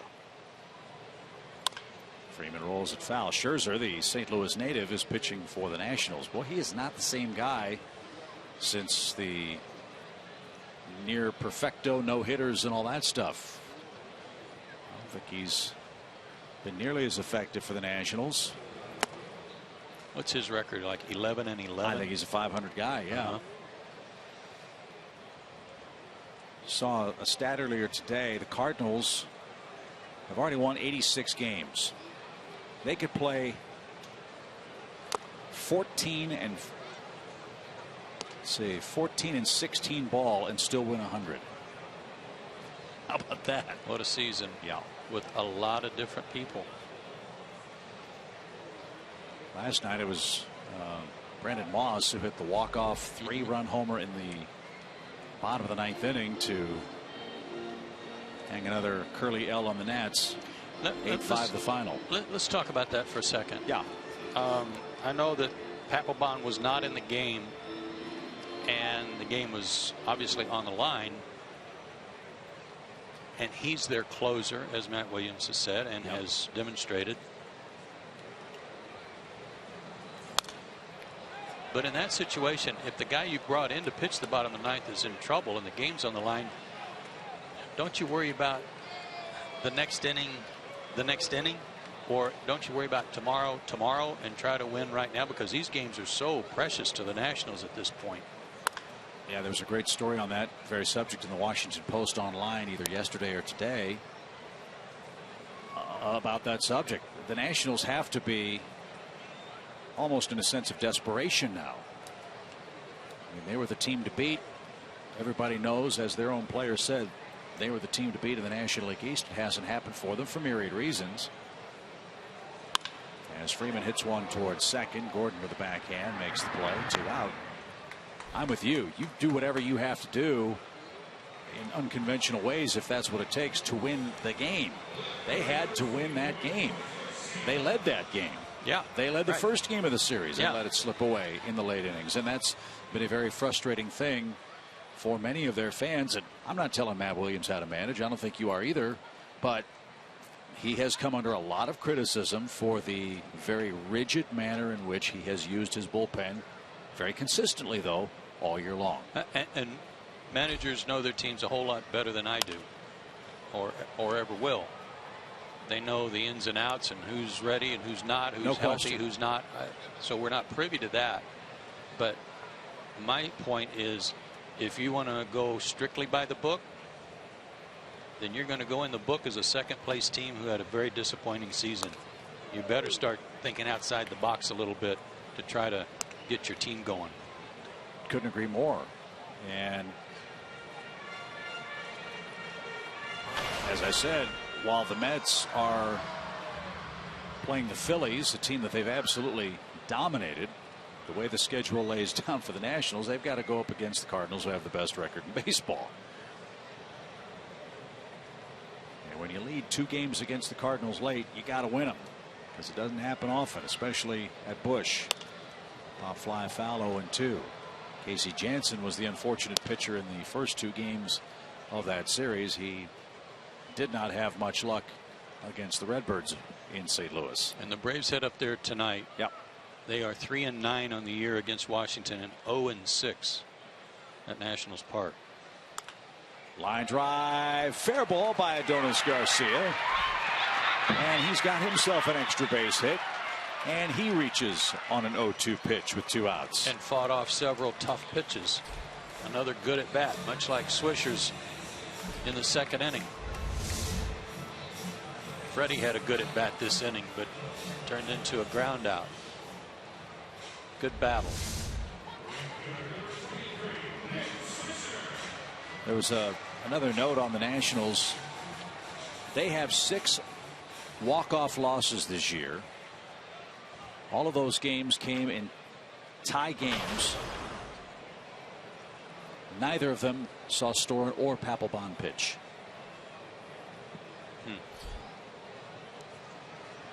How big would 6 games be in the standings for the Nationals? Here's Swisher. Runner at second and 2 out. In Matt Williams' defense, one of the things that he's had to massage has been the end of the game, because he had a very capable closer in Storen, and then when the general manager brought Papelbon on, it was up to Matt to figure out who's going to close. That decision was made either by him or for him with that acquisition of Papelbon, and it really disrupted their team. Bouncing ball foul. The other thing too, injuries happen. Teams go through horrible spates of luck. The Nationals have had their lineup as they had it on paper for I think 2 games all year long because of Denard Span's injury and Worth and Zimmerman and on and on. How come nobody talks about all the injuries the Mets have had? David Wright's missed almost the entire year. Zach Wheeler's been out the whole year. Bobby Parnell's been out the whole year. One of their key relievers has been suspended twice. It's not an injury, but he's been suspended. Lucas Duda's out with a bad back. Danny Murphy's missed a lot of time. Darno missed a couple of months with a bad wrist. Good point. Bouncing ball to Prado. He'll give ground and he'll toss across to Swisher. And that's in plenty of time. Still some time left for the Nationals. They've got a lot of games head to head with New York. And we're midway through Marlins. Paul, what's going on down there? Well, guys, everything's going well, but I'm really excited about watching one of the old guys, Ichiro Suzuki, today. Sprints home on a fly ball to center field, and I know he's not a Braves, but I appreciated his hustle. And then I have to bring out this, and I got to throw this back to you, Joe. One of my former teammates, Raul Ibanez, played with Ichiro. No one knew what he was going to hit when he got to the big leagues. First year out, he hits 350, hits 372 one year. So people started asking him his philosophy on hitting, and they said they had to walk away because it was so confusing. He drifts forward, he breaks all the rules, but the one thing they said that he tries to concentrate on is keeping that front shoulder closed so that when he drifts towards the ball, he gets longer to look at it, and he felt that as long as his front shoulder was closed, he could get enough on it to hit a double in the left center field gap, and never, ever swung for a home run. And then we saw that today when he hit that double on that changeup ball. He was behind in the count. He was kind of drifting out on it, but kept his hands back and just split the gap in right center. I wanted to ask you, Paul, about a couple things we were just talking about last half inning. Maybe about the disruption that Jonathan Papelbon caused when he went to the Nationals and what that did to their bullpen and subsequently to their team in terms of him displacing Drew Storen. There are some who would say the same thing kind of happened over here in this Marlins dugout, in that they fired Mike Redmond early in the season. I think they'd played 30 games and they were 10-20. It was right after Shelby Miller almost no-hit him. Yes, same day. So the general manager comes down to be the manager. They didn't bring in another former manager, guy who was already in uniform. The GM comes down, and the story might lead you to believe that the players were like, really, are you kidding me? This guy's going to be our manager? I mean, where did he come from? So I'm asking you, is there any truth to that chemistry thing that people talk about all the time with respect to winning? In my opinion, yes, there is, absolutely. And I'm not trying to make anybody look bad, as you are. But you're right. That's a conflict of interest, in my opinion. It's an unusual decision when you place yourself in there as a head coach. But the bigger thing for me was the players liked and respected Mike Redmond. Simmons at short handles the hot smash from Mathis, who swung a hot bat today. And you didn't see consistent moves that you questioned. I think as far as the Papelbon trade, yes, I feel it ups. You know, if it's that old saying, if it ain't broke, don't fix it. And I feel that if you bring somebody over and replace somebody who is doing a good job or someone that the team likes, then it causes some dissension, and then you have some off-the-field issues. When you go out the stretch before the game, you start to get clicks here and there, and I don't like that. I feel that if somebody is doing a good job with their approach and everybody likes them in the dugout or in that managing role, then you keep them there. Yeah, it kind of goes to that old philosophy that I heard so many times about until a guy fails, as a coach, he's really not going to seek you out or listen to anything you really have to say. But once he fails, he needs your help and he needs your counsel. And I think that the same thing applies to players with respect to their coaches, managers, and in this case, a guy in the Stro for Atlanta. Bearclaw faced 2 batters Monday night, struck both of them out. High 90s fastball, slider. Former Cardinal came over in the trade for Steve Cishek. So Marlins head home. Multiple outlets are reporting that the Marlins are planning a big meeting tomorrow of their front office, coaching staff, scouting department. John Heyman of CBS Sports is reporting that it's unlikely that Dan Jennings will be back as the manager next year. He may be offered another position in the front office or become the GM again. Which I think he wants to do. Right. Whether he's allowed to do that or not remains to be seen. Several of their scouts, baseball people, are being either reassigned or let go even as we speak. But to your point about having confidence and trust in your coaching staff, your players, et cetera, it's a crazy situation down in Miami. And going back to what we said about Matt Williams, and he knows his team far better than we ever will. Same holds true for the Marlins. But how in the world can you have any kind of organizational cohesion when you've had 6 managers since 2010? 6 of them. Wow. Not much. So if you don't bring Dan Jennings back as the GM, who's going to run your baseball operations department? Who's going to come back under that kind of turmoil and knowing that there's been that kind of turnover? If you're looking for a strong managerial presence in your dugout, who's going to want to walk into what has been a revolving door job for the last 5 years, even with a team that on paper is as talented as the one the Marlins purport to have?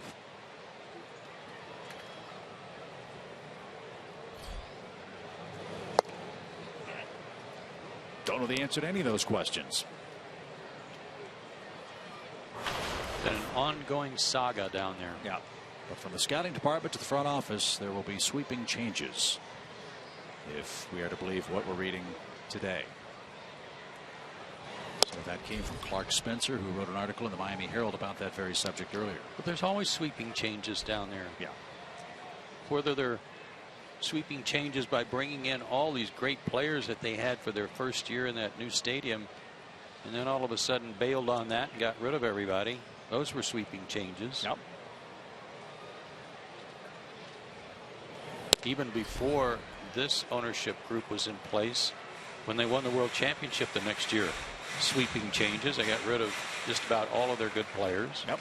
After they had certainly put on a real heavy duty push for season tickets for the world champion Marlins, and those players were gone.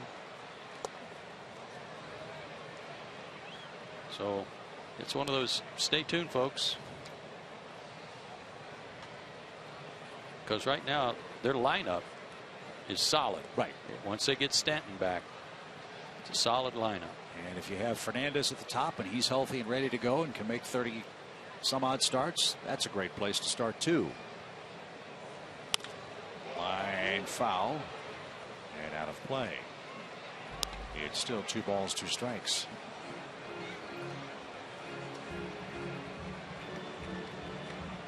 So as we said, the Marlins head home, day off tomorrow. It appears it's going to be a busy day at Marlins Park. Then they'll welcome New York to town. Chance for the Marlins to spoil New York's unbelievably good season, and perhaps a glimpse of what could have been for the Fish. Barraclough strikes out Bethancourt. One man down here in the Atlanta 6th. Going to Washington tonight for 4 games. It's pretty obvious, even though we don't know what the pitching matchups are going to be. It's obvious the Braves are going to see all the Washington starters with the exception of Scherzer, who's pitching tonight. Right. Unless Strasburg can't go, and then they'll figure that out. But we're going to see Zimmerman. We're going to see Gio Gonzalez. We're probably going to see Ross. In what order? I don't know. And then maybe either Strasburg or Tanner Roark, who was the odd man out. Remember, he was a 15-game winner last year, and Roark couldn't make the starting rotation. Couldn't make the rotation. Daniel Castro down a strike, 0-1. Oliveira at first. And it's even. 1 ball, 1 strike. I do know this. The National League East is loaded with pitching. Mets, Nationals, Miami, when they've got all their pieces in place. The Braves have pitching coming, but they've still got Shelby Miller and Julio Teheran as a 1-2. Anytime you have to face those guys, it's going to be a dogfight. So I said that to say this: you better get a lineup. Yeah. You better get some bats. You better get some guys who can put the ball in play to contend with that type of pitching.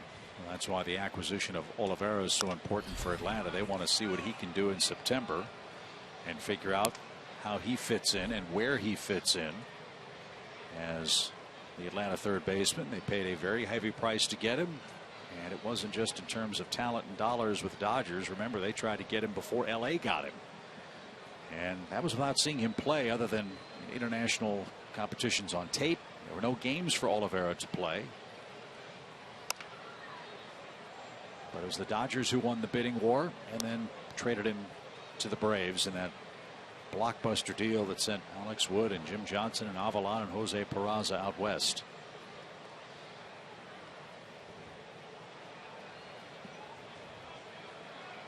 One ball, 2 strikes. 6-3 Miami in the 6th. And pulled to third. Great play, Prado. Second one, first 2. What a double play. As pretty a double play as you'll ever see. Doesn't get prettier than that. And poor Daniel Castro, great at bat. He turns on the ball, hits it like a bullet. And there's Martin. Around the horn and out of luck is Atlanta. We go to the 7th. Home opener tomorrow at 7 Eastern on Fox Sports South and streaming on foxsports.go. Thursday at 7 Eastern on Fox Sports South and streaming on Fox Sports Go. Our gal Jen Hildreth will be working that game as well. So after getting hit with that line drive, no, I'm sorry, the overthrow at Chicago, getting hit in the shins, I want her to be aware of those in sweeps, you know, be alive to any of those guys running out of bounds, be heads up. I'm more worried about the Brady bunch. Remember when Doug threw the football and hit Marsha right in the nose? That's the one I'm worried about. Okay. The quarterback, the star quarterback that Marsha was in love with, threw the football, hit her in the nose. So watch out for that too, Jen. As scary times. D. Gordon leads off the 7th. Hey, want to wish our pal Brian Giffen good luck too. He's getting ready to start something very exciting. Brian Giffen, grandma, affectionately known to 2 people, is the radio voice of Kennesaw State. And Brian and the Owls will be kicking off their football schedule on Thursday. Swing and a miss. Good slider. D. Gordon's retired and is 1 for 4 so far today. Brian will do a great job. That's a wonderful opportunity for him, and we wish him and Kennesaw State all the luck in the world. Yeah, Brian was the voice of Butler College, and with Kennesaw State cranking up their program tomorrow night, we wish them all the best, and certainly Brian too. 1 out for Yelich. 2 more hits for him today. No sign of any knee problems for him in this series.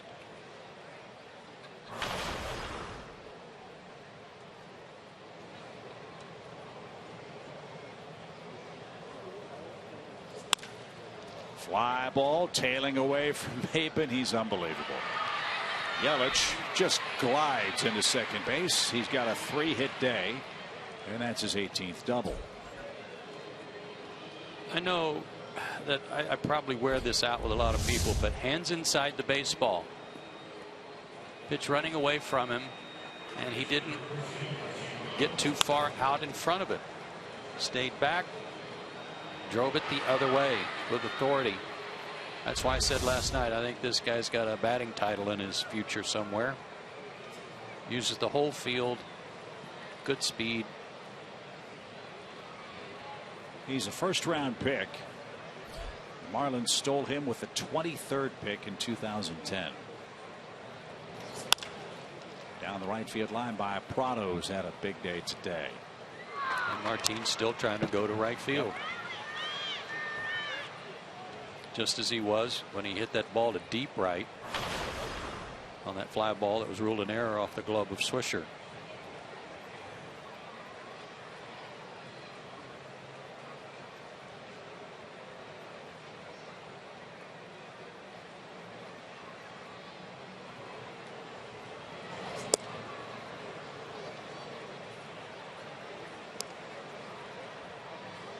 Jackson with a long look in at Rob Drake after that pitch.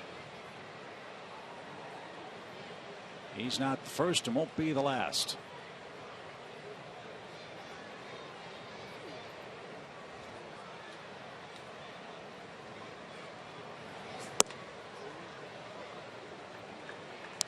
The 2010 draft was a pretty doggone good draft, wouldn't you say? Yes, it was. Good year. Bryce Harper first. Manny Machado third. Matt Harvey 7th. Grandal 12th. Chris Sale 13th.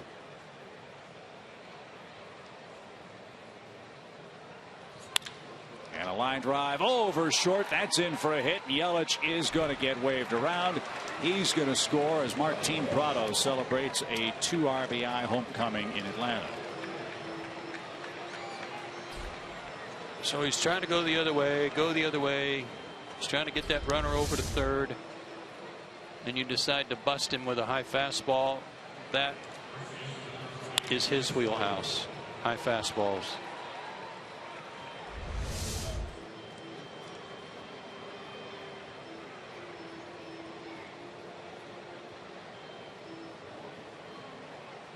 So it's 7-3 Marlins.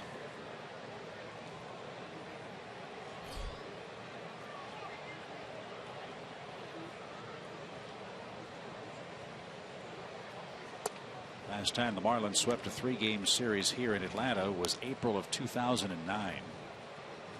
They've got a 4-run lead in the top of the 7th. We're going back into the archives a lot lately. Unfortunately, we are. This will be the 10th time the Braves get swept unless they come back in their last 3 at bats.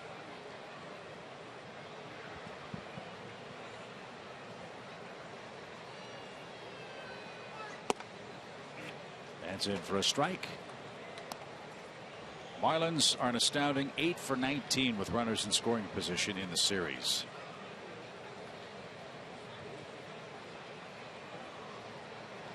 And they have a very good chance to leave town in 3rd place. Little roller right side by Bohr. Castro to second for one, to throw to first in time. The Braves turn the double play. How about those 2 double plays in the last 2 half innings? Very slick.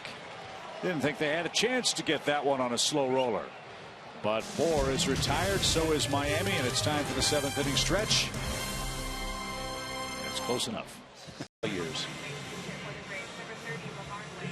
Ryan LaVarnway is going to pinch hit in the 7th, and he'll face former Brave Mike Dunn. 60th appearance for Mike. Big strikeout numbers. High ERA for him this year, though. Not the type year he had. Not as good as last season. Mid-90s with a slider.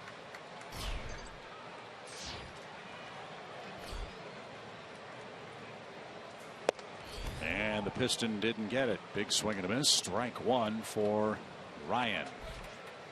Braves have 3 catchers on their roster with Bethancourt, LeVarn Way, and A.J. Przinsky.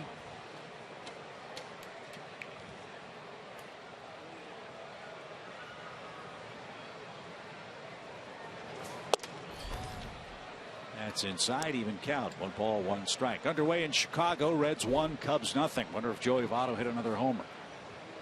Reds have given the Cubs all kinds of trouble this year. Chicago beat them last night on a Kyle Schwarber home run. Yeah, 3-run shot. Put them ahead late. I mean, I know everybody's kind of handing the rookie of the year to Chris Bryant, but this game he got to step in and steal it from him. Schwarber. 13 homers in 48 games for Schwarber. Fernando Rodney, remember they got him a week ago, picked up his first win in relief for Chicago. Broken bat, line out to third, 1 away. LeVarn Way's retired. Braves fans, hope you'll join us for the remaining weekends here at Turner Field. We have the Mets, Phillies, and Cardinals in town. Friday night is fireworks night. Kids run the bases on Sunday. Weekends are a great time to catch up with friends and family and see these young Braves. Go to Braves.com/tickets today and plan your visit to Turner Field.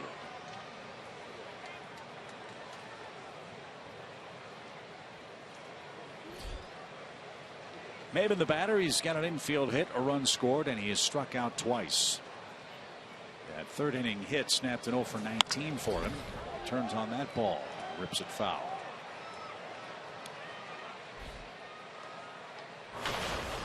A little bit of a scare when Maben legged out that infield hit. Kind of stumbled coming out of the box.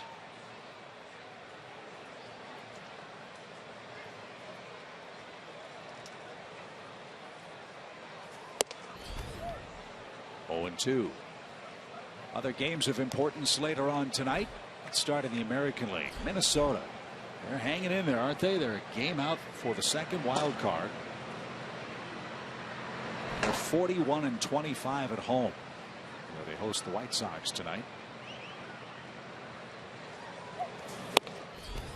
And Maben is down on strikes. Their young phenom is Miguel Sano. I think that's how you say his last name. Yes, it is. He's having a Kyle Schwarber-like year. He's hit 14 homers in 50 games. Yeah, I haven't heard a whole lot about him until last couple of weeks. He DHs, plays in a couple of different positions.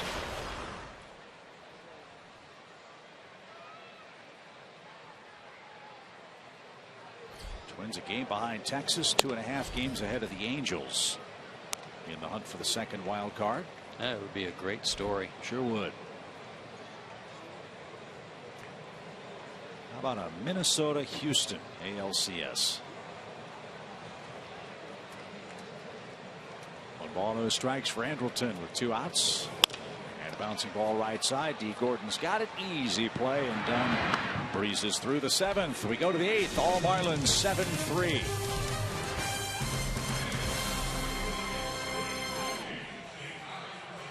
Freddie Gonzalez in the first couple of months Set an Atlanta record for the most hitless outings to begin his career, which was 7.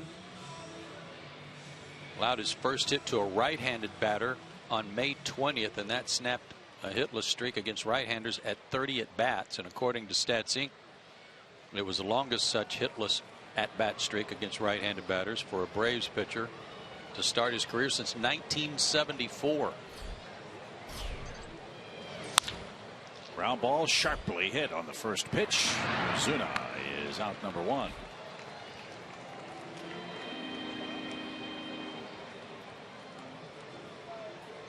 So he gets the right-hander, and Joe, Paul, now he's got to face a future Hall of Famer in Ichiro Suzuki.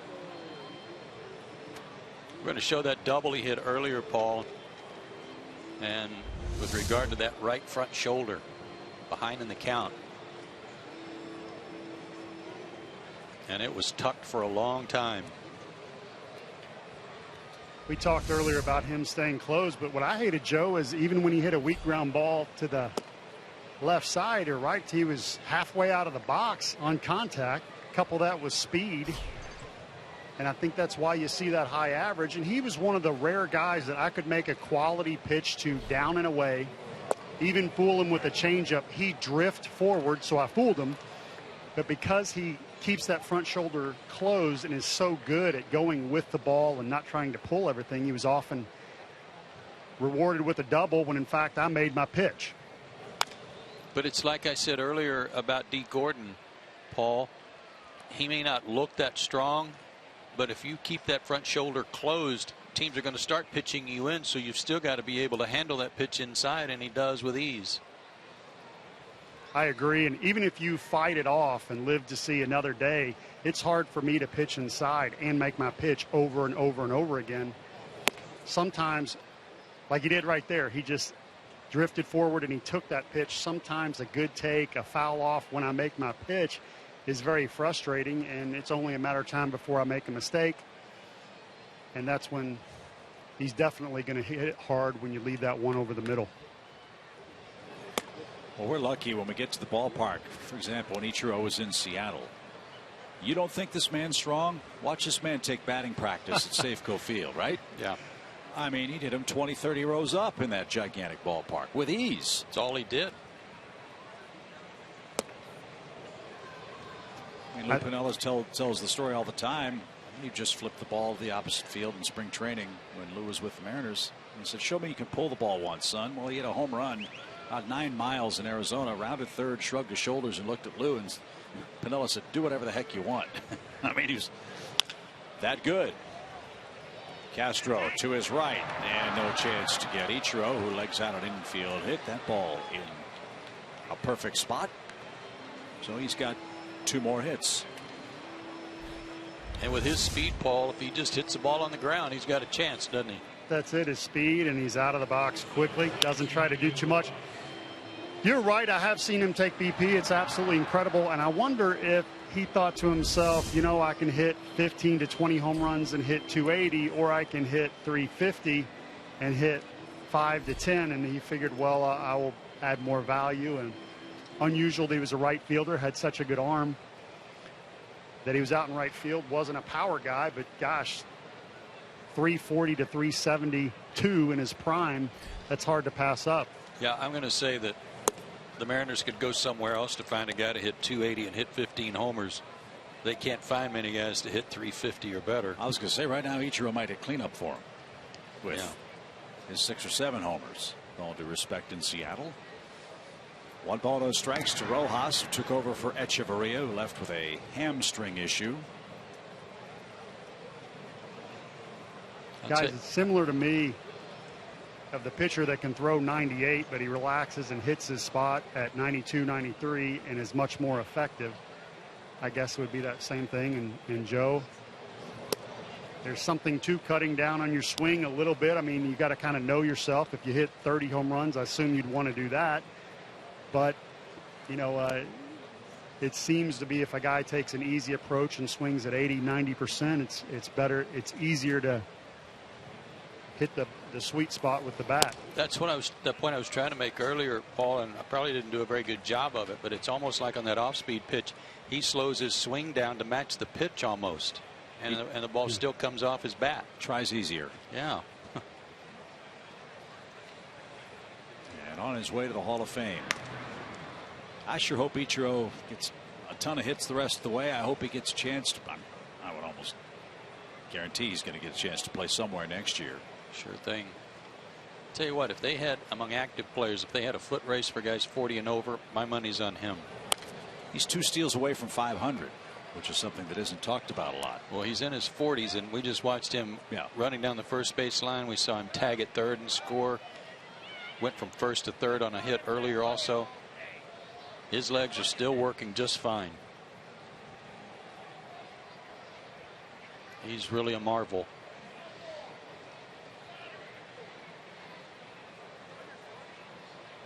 Two and two for Rojas, and Kniff gets a pop fly foul out of play, right side. And let's face it, if the Marlins didn't have D. Gordon, he'd probably be leading off. Good point.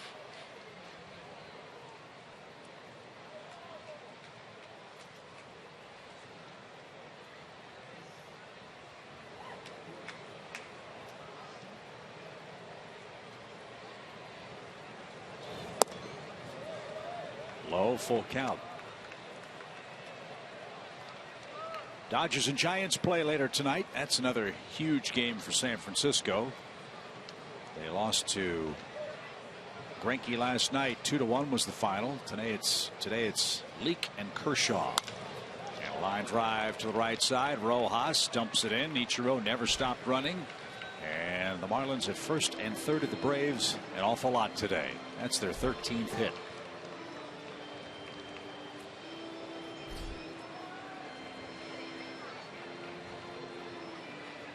That game in LA you're talking about, that's on September 2nd. If there's such thing as a must win, it is a must win for San Francisco. Yeah, they're 5.5 back now. And the Dodgers have caught fire after Clayton Kershaw said, hey, we need to panic. They've won 7 of 8.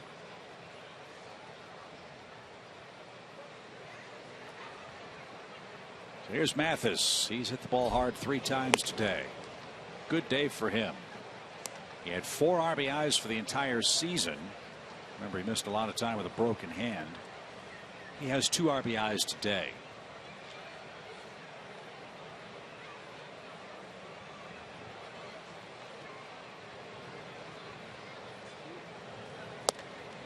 Oh, and 2.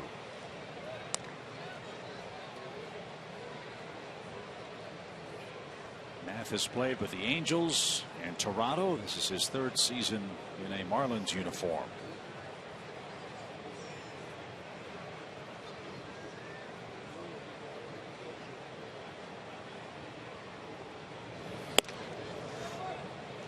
One ball, 2 strikes. Mathis, another native Floridian from Marianna, Florida. Where's that? I think that's in the Panhandle.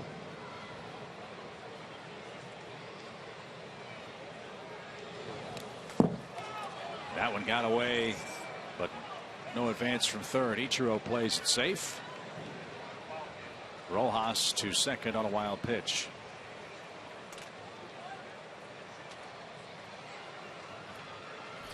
Probably a very good read by Suzuki. The way that ball came off the back wall.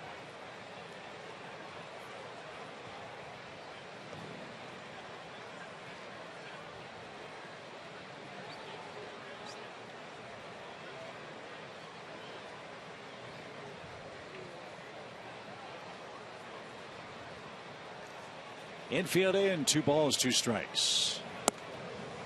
Mathis originally a draft choice of the Angels.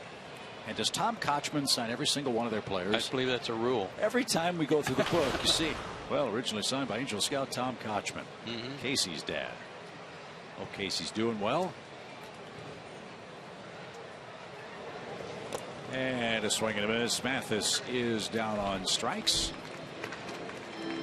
It's a better breaking ball from Kenneth when he took a little something off of it, didn't overthrow it. Brandon put up good numbers when he would come in with inherited runners. He only allowed 2 of 22 inherited runners to score before he got hurt. Went on the disabled list with a right groin strain, and when he came back from the DL was optioned back to Gwinnett, where he got hurt again and had to go on the DL.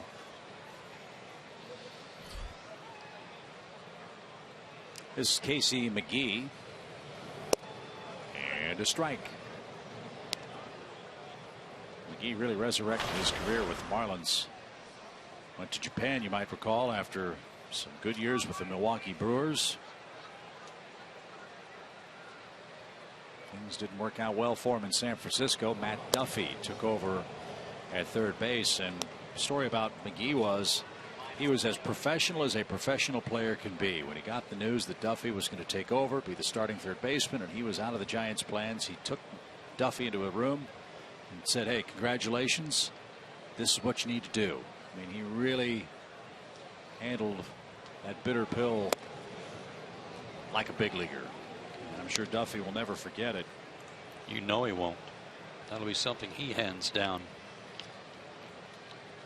And he's a candidate for Rookie of the Year and continues to play well. He's about the only guy right now in San Francisco's lineup that is still swinging the bat. And healthy. Crawford was out last night. They're still without Pence. Bouncy ball to second. Castro gives ground, and the throw to first is in time.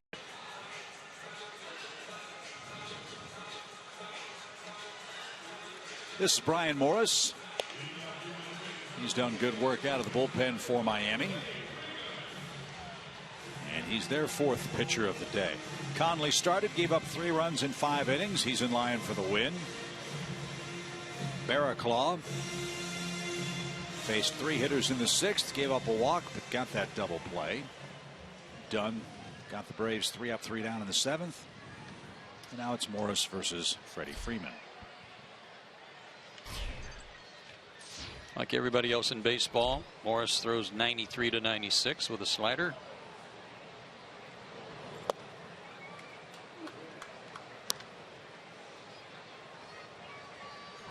Who do you think that first guy will be to get called up that throws 82 to 84?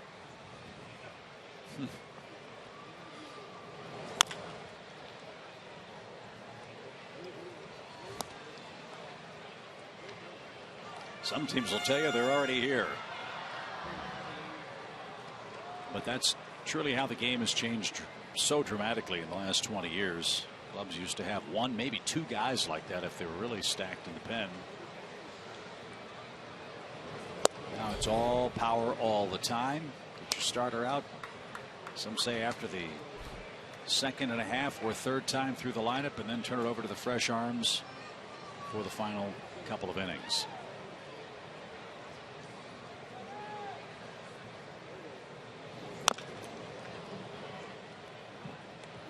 I would think if Bobby Cox's oft-stated mantra is true that hitters can time a jet, a guy like that would be a real valuable guy in a bullpen. Change the look for the hitters. Everybody's throwing 95. You got somebody with movement, less velocity. As that one chased Freddie Freeman, and he's hit by a pitch.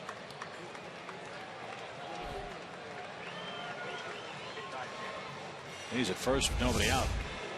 Well, there's an unofficial gray area. I've got him on the foot. An unofficial gray area. You either throw 82 or less or 90 and above. Stay out of that 82 to 89 range. Yeah, that's right in the wheelhouse. Danger, danger, Will Robinson. Yes. Right? Here's Adonis. Bouncy ball to second on the first pitch. There's one, and there's dos. Base is empty in the 8th inning. 2 outs. Follow the Braves wherever you are with MLB.com. At Bat, the #1 app for live baseball. At Bat is up to the moment, at any moment, with in-game highlights, live look-ins, replay reviews, radio broadcasts, StatCast, and more. Get MLB.com at Bat for your smartphone or your tablet. Hope for a step forward today for Williams Perez. Got out of the first inning without a run. A leadoff walk in the 2nd. 2 came across there. And then it all fell apart for him in the 5th inning. An 0-2 pitch turned into a 2-run homer for Marcell Ozuna. And Williams Perez allowed 6 runs in 5 innings. Since coming off the DL, Perez has pitched 36 innings and has allowed 40 earned runs.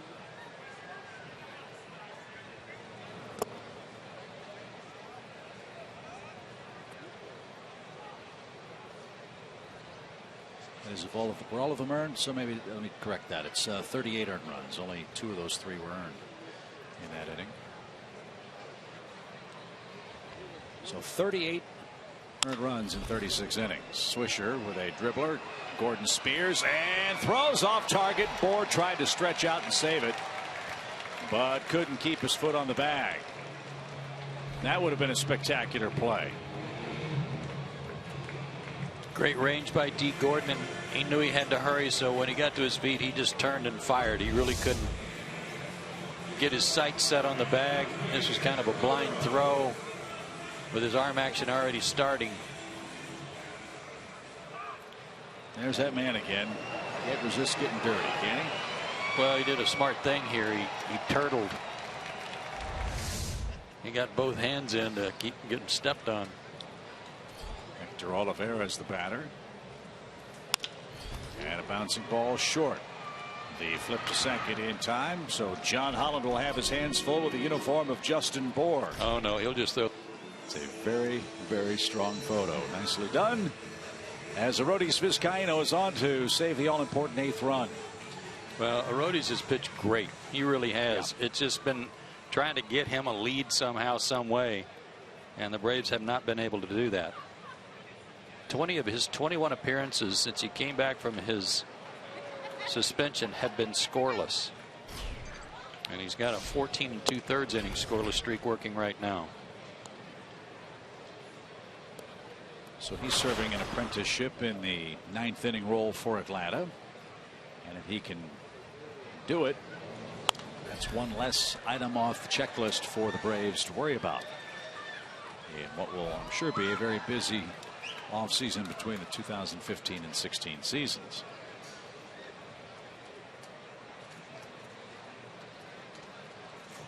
He's got the top of the order for the Fish, starting with D. Gordon, and he was very late, overmatched at 98 miles an hour. And that's what's made the difference for Vizcaíno. He doesn't throw 100 with no idea where it's going. He's throwing it at 98 with command. Yes, he is. He's been very good that way. 4 walks in his last 10 outings, but never more than 1 in any of them. See if the Braves can get Yelich out. 3 more hits for him. Yelich started the day at 281. He's added 5 points to that mark. He's at 286. Remember, there's a month left. And his and Brett Butler's goal, get him to 300. Swings it like this, you like his chances. But he's got a tough assignment coming up. The Marlins have to handle the New York Mets pitching staff starting Friday night.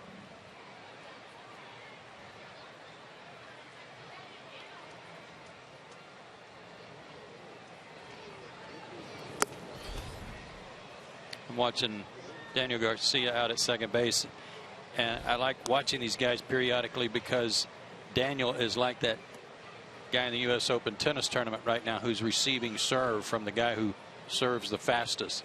He's been over in his fielding position, but he's got his feet moving too, ready to go one way or the other.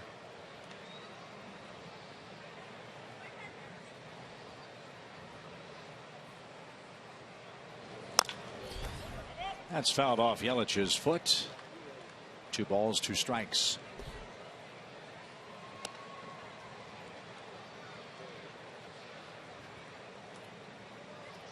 We will see the Marlins one more time. It'll be September 25th, 26th, and 27th. Our final stop on the road in regular season play. Yeah, day off down there before that series, coming from New York.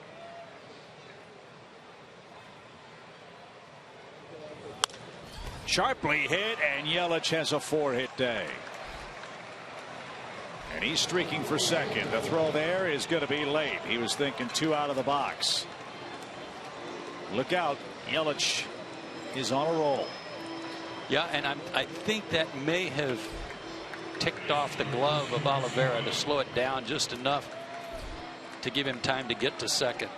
Can't be sure of that, but that's what it looked like to me.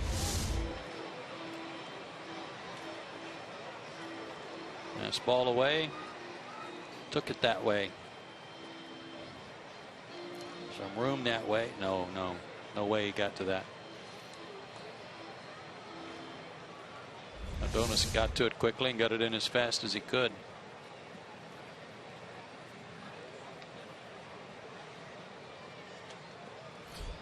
Second 4-hit game for Yelich. How about this stat? The Marlins have had a runner in scoring position going back to Joe's Ford Keys. No runs in the first inning. Well, Risp in the second, third, fourth, fifth, 7th, 8th, and 9th innings. 14 Miami hits. 4 for 9 with runners in scoring position.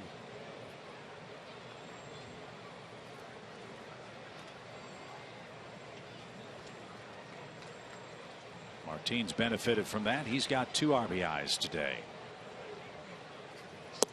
And he's not going to drive in a man swinging like that. That was a filthy pitch.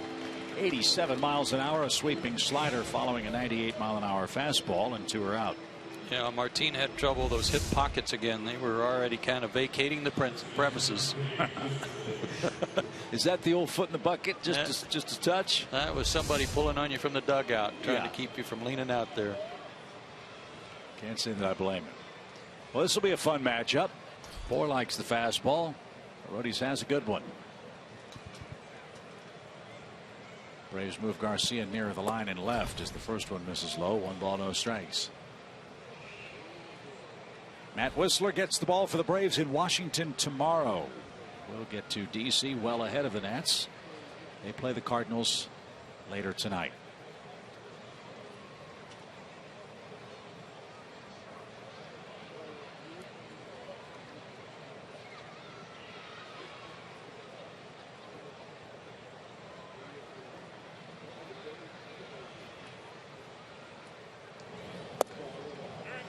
How about that pitch? That's great. 85 miles an hour when he's already got that back bat waggle and wind up for his swing for 98.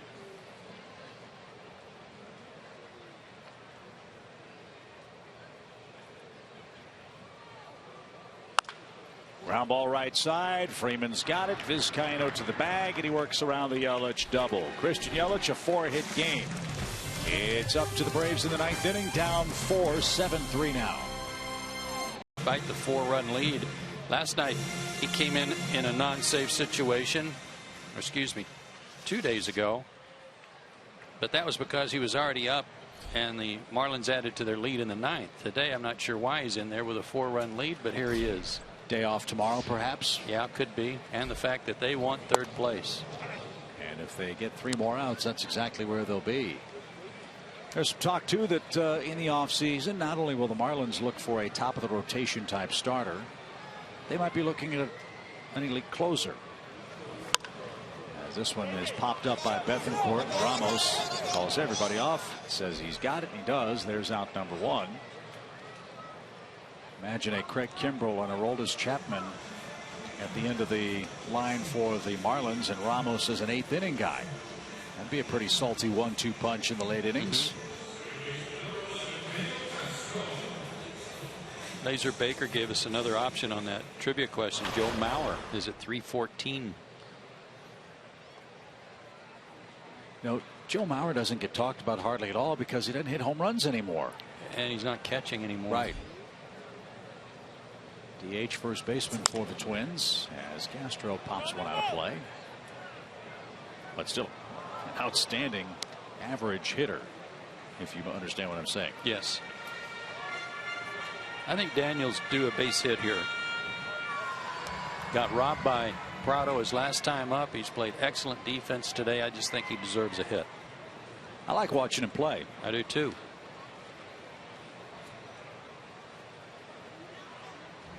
No balls and a strike.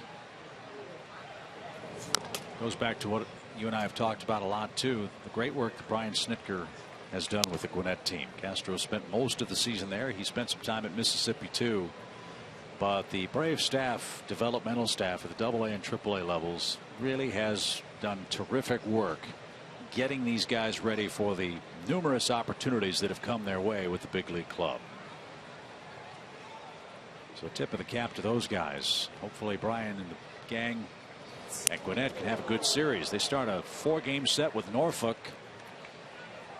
They're 4 games behind them for first place. Norfolk leads the division, the Southern Division of the International League.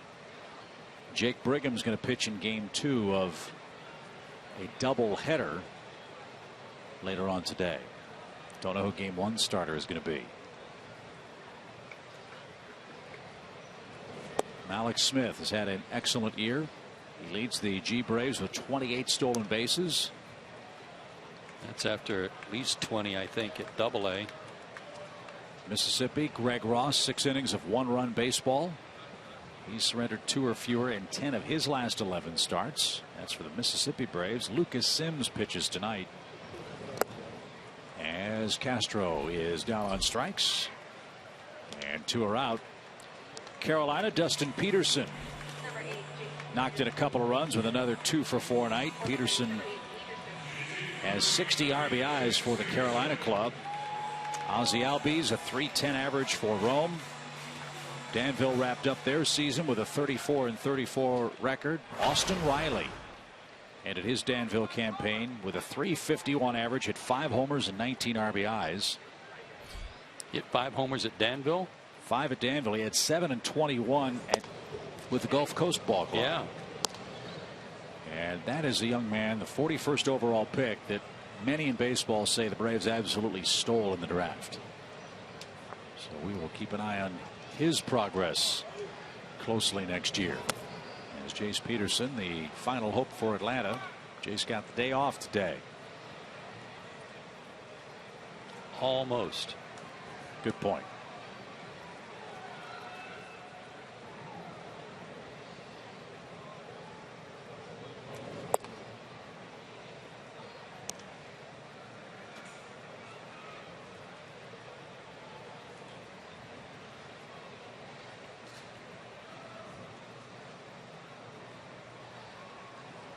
Two balls, one strike.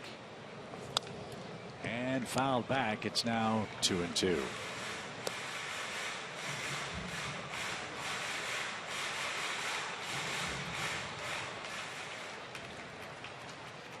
Marlins have held the Braves to 18 hits in this series over 3 games. And 4 runs.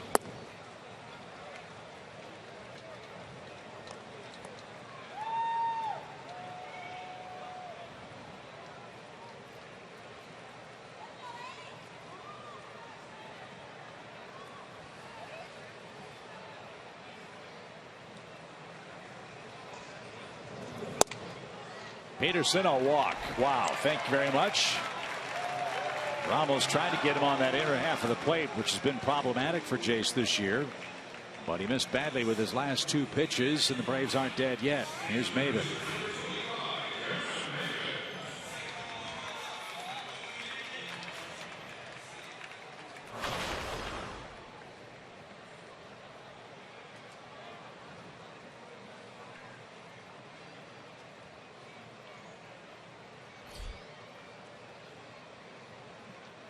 Most of the campers have begun to make their way to the exits. Well, the school kids, I guess I should say. Yeah, it'll make it a long line of yellow buses going north and south, east and west.